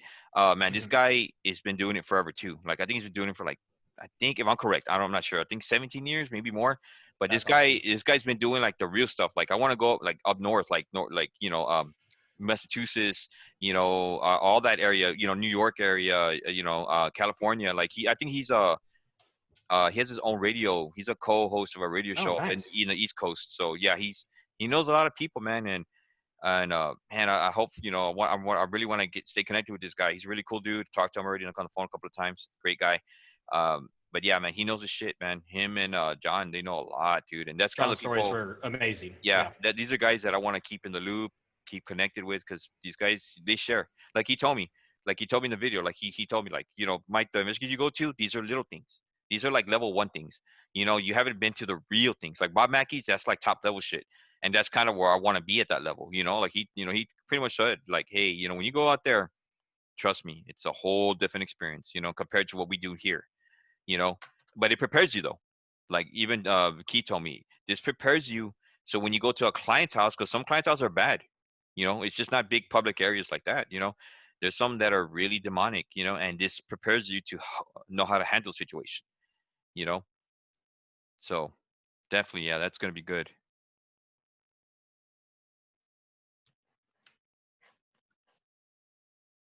All right, awesome, man. Yeah, but that's what he's saying, like we're gonna Keith Bailey and them, they know everything. They know um a lot of like he said, it's all like there's different levels of hauntings. There's level one stuff like we talk about, where we just get like Mhm.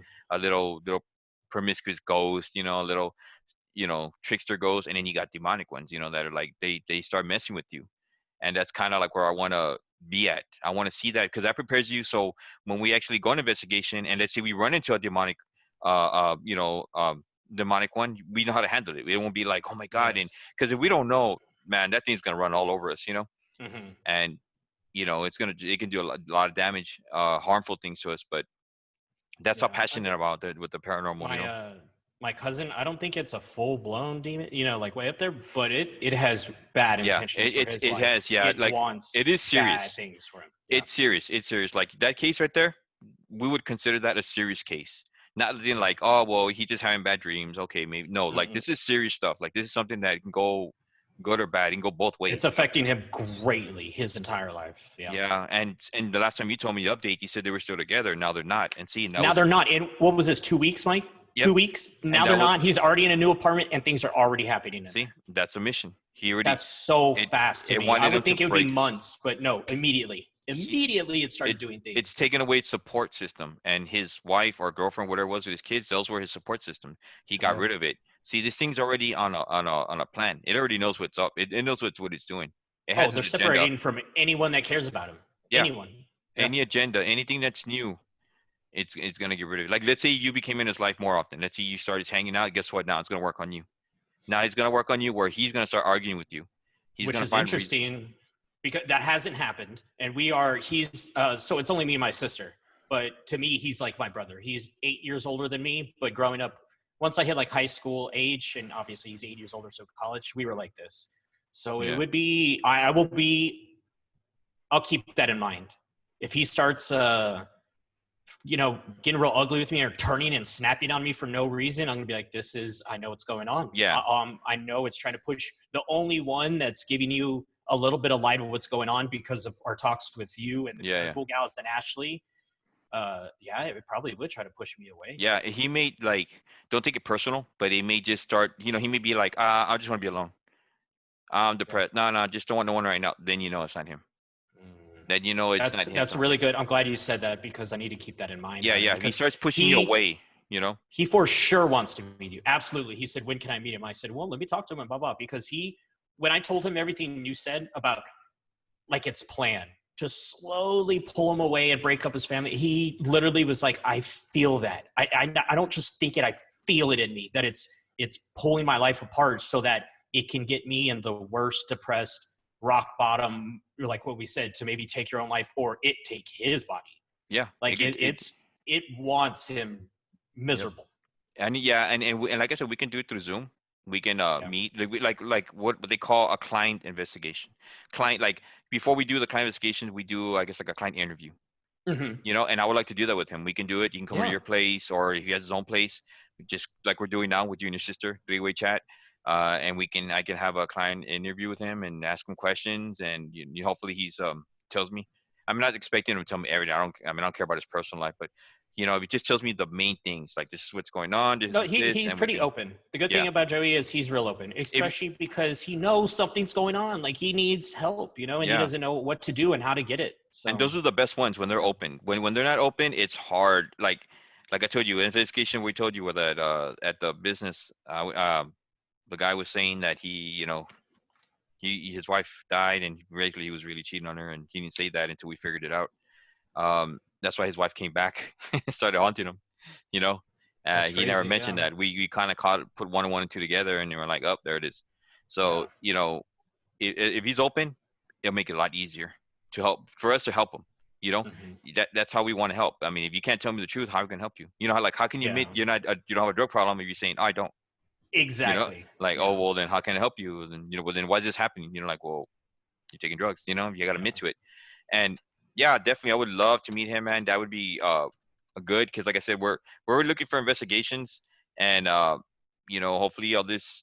We can still do it. It doesn't mean we have to wait like 6 months. I mean, definitely, if he's comfortable with it, we can go and definitely at least just walk the premise. Like I would love to just walk his facility.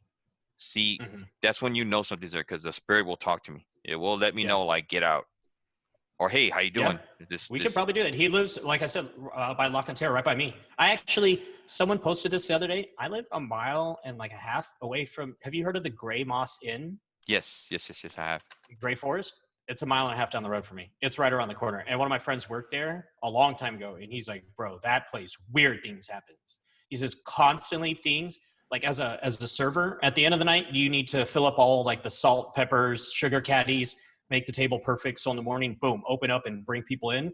They said that at night, the manager is in charge to check all the tables to make sure they're good to go, or you can't leave. You need to clean up your area and put it back together, and then you can leave. That they would check the whole restaurant, good to go. In the morning, come in, and shit was thrown all off the tables, off almost all of the restaurant tables. Sugar caddies thrown on the floor, silverware, salt, pepper, all the time. Yeah, And he man. said that, so they believe that there's a couple different spirits though. And they said that one's like what you're saying, a trickster. It does a lot of things, but that there's a really nice one there that they believe is the owner. Her name's Mary, and she passed away. They said that one gives you like warm hugs. I was like, what? He goes, literally, you'll be in the restaurant, like some in the back area, and you'll feel like a really good friend came and gave you a hug. I was like, that's kind of creepy. And he goes, no, when it happens, it's not. It's a good feeling. I was like, wow, that's really, maybe it's comforting you because of the other spirit that's in there that's not good, you know? But that place is really cool. Yeah, that's what Spirit Warehouse too. When they would people, I would ask different. Like when I would see different people, I'd like, oh, here's a new employee. I would just randomly ask them like, hey, so is it haunted here? You know, like then see they don't know me, so they think I'm just like some guy just walked in, right? And they first thing they would tell me, oh, and they just tell me everything, dude. Their experiences are, oh, I heard a little girl call my name. I heard a little girl tap me. I heard a woman say it's closing time and all this, you know. And I'm like, wow, like, and every person I asked, I was new because I would eat there every other week, so they would know my face after a while. And then when we MPS when we went there, they already knew who I was already. So when I would see someone new, I'd ask them, and real quick, man, they would just be like, what? Oh yeah, yeah, like they just like it snapped like, oh yes, this is what happens, and they would just go and tell me like everything. That's exactly how Two Step was, the restaurant I was at. And I do have it in the books. I think we're probably going to be the only people that they would even allow in there because I know the family and they're cool. Like I knew them for years. Oh man, I can't wait for that, man. You just say the word, dude, and I'm talking with them right now. You know what's funny? You're talking about up north, some of those big hauntings. My sister lives 45 minutes from the Amityville Horror House. Oh, so okay, so you got two sisters? I thought it was. No, that's her. Oh, Presley's Presley? She's in Long Island. Oh, wow, dude, she's in New York, right? Yeah, she just went back. She was only here with recovery. Oh, she lives in New York. She works in a hospital up there, actually. Oh, so okay. She deals with COVID firsthand. Okay. So she. Oh, okay. So that's her. That's where she currently lives, right? So she lives. Yeah, she's back in New York. Oh, nice. Yeah, she lives 45 minutes away from the Amityville Horror House, and it's for sale right now. So she's trying to get like a tour. Like, you know what you're saying, you have to pay to go there, blah, blah. She's trying to do that. I was like, I want to go so freaking bad. Oh, hell yeah, dude. That she's passed it and sent me pictures, and I'm like, that's the fucking Amityville Horror House. Like, that's like a Bobby Mackey's. That's up there. I would love to go to New York. I need to get out of San Antonio. I would love to go over there. She lives on Long Island. It's beautiful there. None of this heat, none of this, like, it's beautiful. How's the flight up there? 4.5 hours, and they're typically about $400 or $500. They're kind of expensive to New York. One way. That's not bad though. Yeah, I mean it's to New York. I mean it's all the way across, and it's LaGuardia or JFK. That's So I have one more story. I feel like I always bring up ugly ghost stories, but I have a good one. When I was growing up, I was in middle school. And like I said, I'm from here, but my entire mom's side of the family is from the Valley. They're from Brownsville. So I go down to Brownsville to hang out with all my cousins all the time. During summer, any holidays, whatnot. Well, for about a year, one of the families in the extended family, my aunt and I call them the girls. It's 5 cousins. It's 5 daughters, no male. And the dad left too. So it's the mom and 5 girls. So we call them the girls. Well, they were building a new house. And so while they're building the new house, they're like, let's put up this house for sale. It'll take a few months to sell. And they know it should be time. Well, they sold it instantly. So like, shit, what do we do? So they went and rented a house for 6 months. And they're like, let's just rent any house that's convenient. Doesn't matter. Even though there's 5 of us, it could be a few bedrooms. We'll just sleep together until our house is ready to be built, or it's ready and then we can move in. So they just found the quickest, easiest, convenient house that they could. And it was in a neighborhood, and they moved in. Well, immediately things started happening. Immediately. All 5 of these girls, I don't know if you've ever been to Brownsville. It's a small town. You can literally get across town in 15 minutes, no matter where you are. So all of the girls, for lunch break, instead of staying at work, they would come home to eat, save money, see each other. They're a real close family. So they would come home, and there was something weird about the door. It was a regular lock and key, and then there was a deadbolt up here. So high, like almost to the near top of the door. And they thought it was really weird, but they didn't think anything of it. They never locked it. Why the hell would they use that one? Well, multiple times they would come home from work for lunch hour. Like Lisette, one of them would get home and know that Ellen, Marvin, or Lonnie's, the other sisters, were coming home. So she would leave the door unlocked. Well, one of the other sisters would come home and start pounding on the door and like, what the fuck? You locked me out. You knew I was coming home for lunch. Just leave it open. And that extra deadbolt would be locked time and time again. And they're like, what the hell is going on? It's locking itself. So after the first month, they told the landowner, they're like, hey, how's everything going? He's like, yeah, everything's fine, but some weird things. That lock, why is it there? And it keeps locking. He's like, oh, I'm so sorry. That's my mom. And they're like, what do you mean? Well, his mom died in that house. He owns a few houses in the neighborhood, so rent them out. His mom died in the house, and it turns out his mom was like the neighborhood babysitter. So since all the kids were there, they installed that top deadbolt so the kids couldn't open it and run out the house. So it was just a familiar, like a habit that she had. And they're like, oh, okay, that's cool. Like we were kind of freaked out, but that's kind of nice. So another month goes by and something else starts happening. They would all be hanging out in the living room. And you know how a lot of kitchens have a window over the sink? Yeah. Boom, boom, boom, banging on the window. And they were scared. One of the boyfriends that's now married and now my cousin, he was a cop. So he literally grabbed his gun and ran into the backyard, flashlight and all, to the perimeter, like someone, you're not going to do that. You knocked on the wrong, you're trying to scare the wrong people. I'm a cop. No one's there. Nobody is there. And it happened a couple more times. And they're like, okay, this is freaky. What's going on? Second month rent's due. They tell the landowner. He's like, oh, I'm so sorry. It's my mom again. And they're like, what are you talking about, your mom? His dad was big time. They had a really nice backyard, like gardening, all that stuff. He would work in the backyard all the time. And he said that his mom, when dinner was ready, working inside the kitchen, would bang on the window so the dad would hear it and be like, oh, time for dinner. Stop the lawnmower, gardening, and come inside. I was like, that's really cool. So they're in this house for only half a year. I go down there to visit for a few weeks and hang out with all my cousins. And they tell me these stories. And I'm in that house. I'm like, oh, that's freaky. And they're like, it's not. She's like, sometimes we'll feel stuff, but it's always a really nice, like an old grandma, like wanting to take care of you, abuela, like real comforting. Yeah. So they told me all the story, and I'm huge into paranormal, obviously. So I'm really excited. So I had just bought a new DVD. It was not new at the time, but it was new to me. Exorcist 3. And so we're all, after these ghost stories, we're like, okay, let's watch it. So we all get in the living room. Like I said, there's 5 of them, a couple of their boyfriends and me. So we're all piled onto the couch.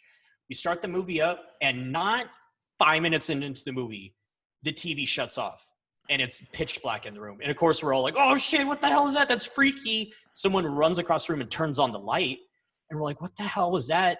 And Jaime, the one that's a cop, has the remotes on his lap. And he's sitting right next to me. I was like, oh, fuck you, man. You scared the shit out of us. Like, and everyone's like freaked out. And he's like, I didn't do anything. And we're like, yes, you did. You had the remote on your hand. He's like, I swear to you, I did not do anything. So we're like, okay, whatever. No one believes him. We put the movie back on, and he goes, here. He picks up the remote and puts it on my lap. So I'm like, okay, now I know he's not messing with it. 30 seconds into the movie, the TV shuts off again. And everyone gets freaked out because we have the lights off again. So we run across, turn on all the lights, and we're like, okay, that's fucking weird.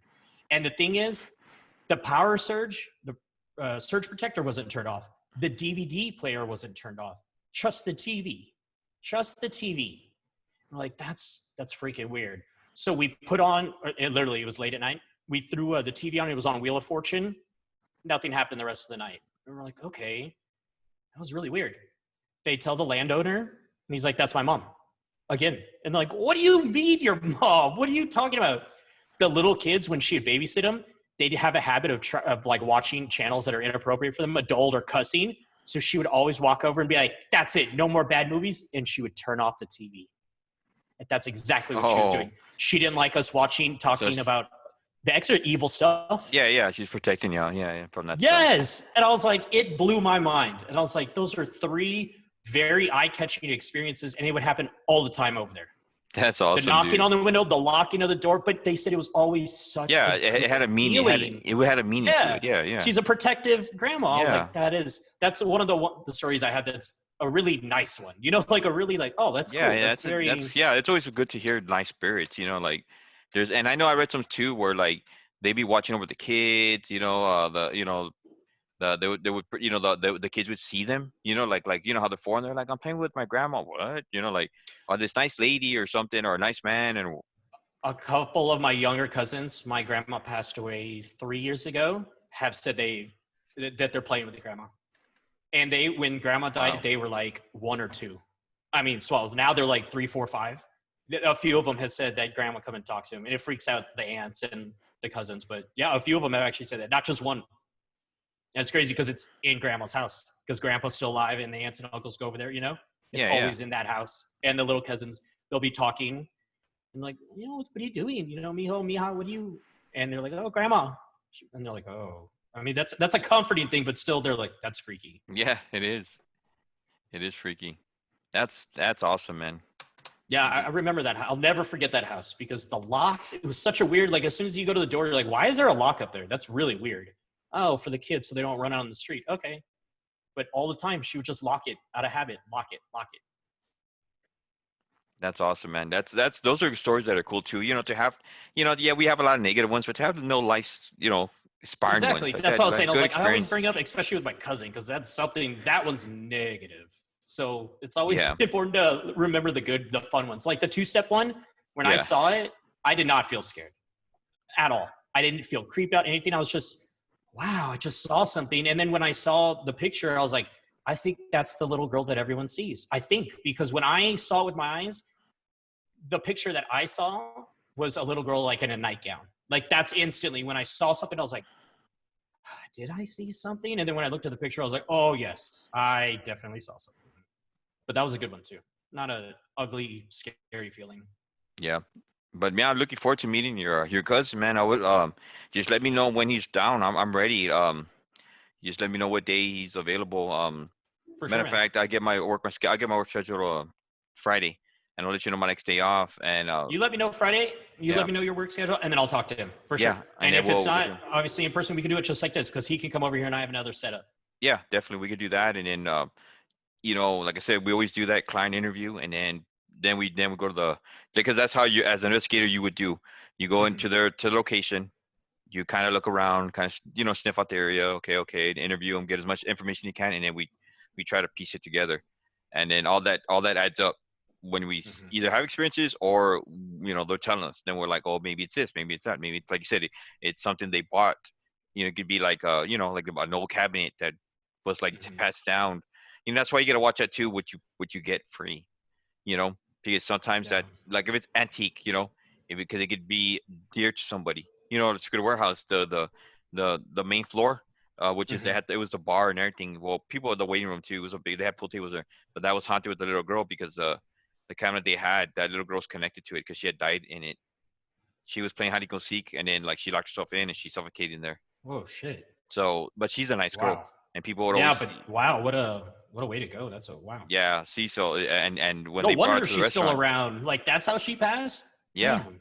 she goes in the girl's bathroom. She goes in the no, no she exits in the living room, and she when it's quiet, that's when she comes out, and she'll tell she'll tell people the waiters will hear a little girl, or they'll hear someone tugging on their aprons, and they'll look That's cool. down like that, and there's no one That's there. really cool. To tug on the aprons, that's cool.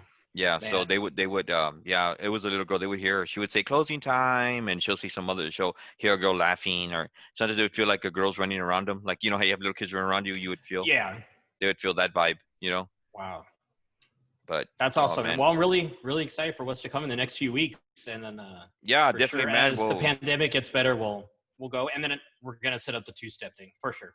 That place is yeah, awesome. yeah. Let me know, man. Keep me in tune with it, and then you can let the girl, Ashley, and what well, let since now the Google girls, let them know too. So because I want to make it like It'll just be me, you, them, and then yeah, us, whoever. yeah, definitely, and Yeah, and man, it'd be, whoever you're comfortable with. Because oh yeah, honestly, like I said, I'm not very. I've done a couple investigations, but it's myself, just me, and like a friend.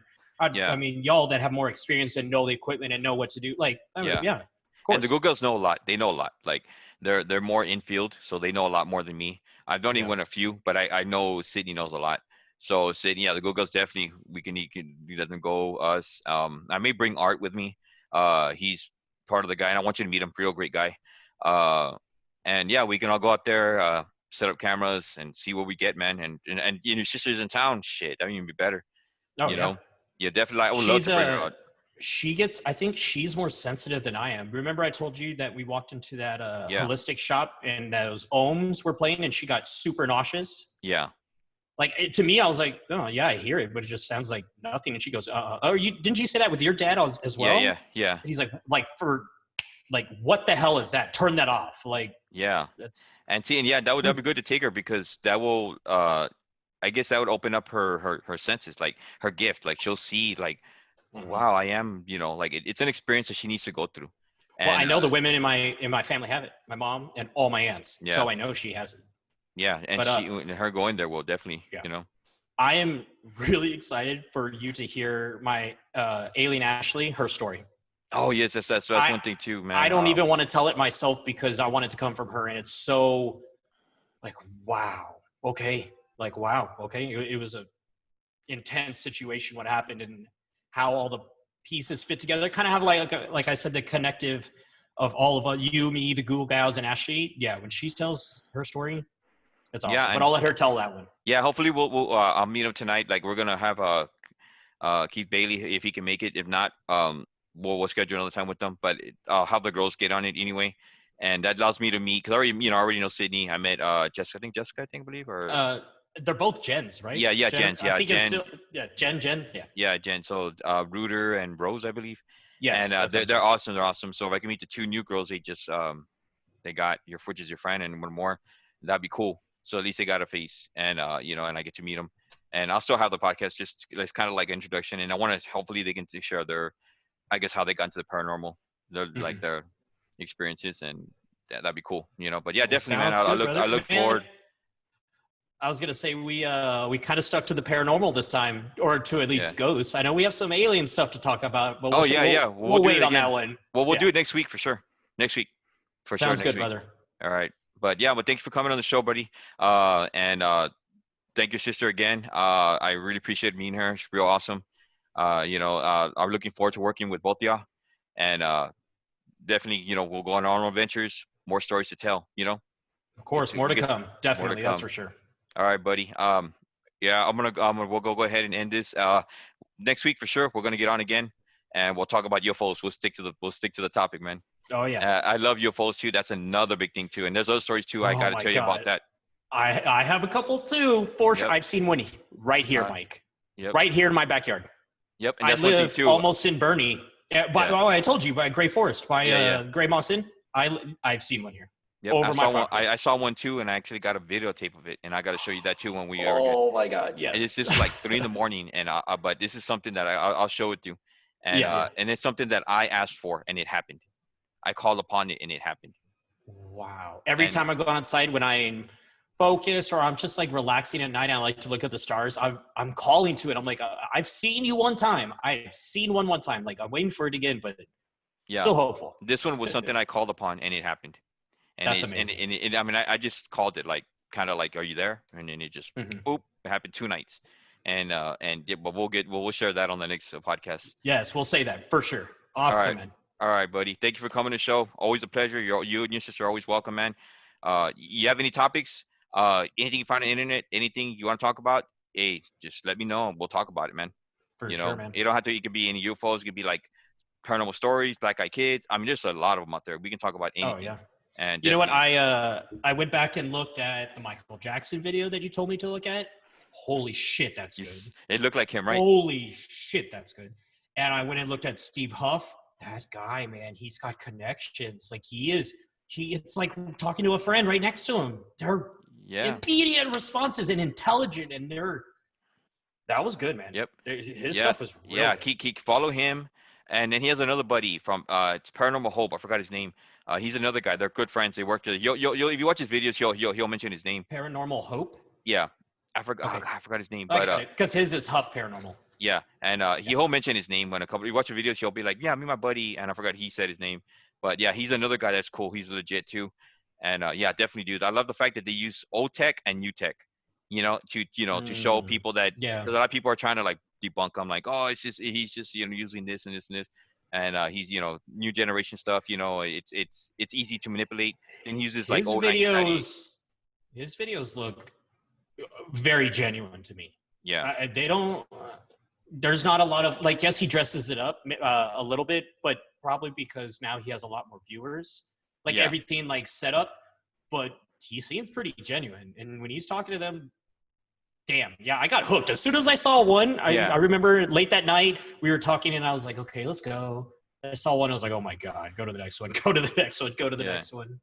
Yeah, he's legit, dude. Like I tell you, when you feel it in your heart, he's legit. So, yeah, that guy, just keep following him, man. And he teaches you too. Like he'll teach you how to like if you're really serious and you really want to like communicate with the spirit world, he tells you how to do it, man. He has a video and he'll say like do this, meditate, like he tells you, he Mhm. breaks it down for you. So like he's just not to I'll go himself. watch those. Yeah, it's like very early stuff. You can just type in like Steve Huff, like how to Yeah. how to Yeah, I went to top rated or yeah. most views, so I just watched those first. But He's yeah, I got need to a go through and look he's got everything. a shit ton of them. I think he's got like, man, I'm assuming 100, maybe more videos. Dude, So there like, were a lot of videos, that's for sure. yeah, and he got Awesome, man. attacked. He got attacked and everything, and he was crying. He was crying on Yeah. tele, like, my God, like that's how scared he was. It wasn't just like fake tears, like, oh my God, I got attacked. He was like, dude, like I got attacked, like, oh my God, like he was shocked, like you could tell he was talking out of fear, like, Yeah. and he explained how he felt, and but yeah, definitely, buddy. We'll chat soon, and thanks for coming to Lonewolf Paranormal. You're always welcome here, man. Thank you for bringing your Yeah, sister thank you, on, buddy. and we'll see you soon. All right.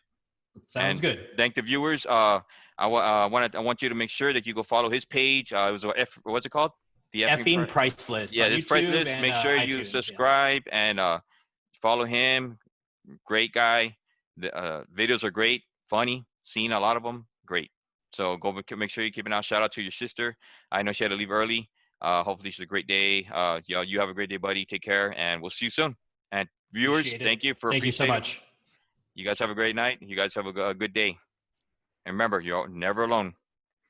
That's true. All right. Thanks, buddy. See you, buddy.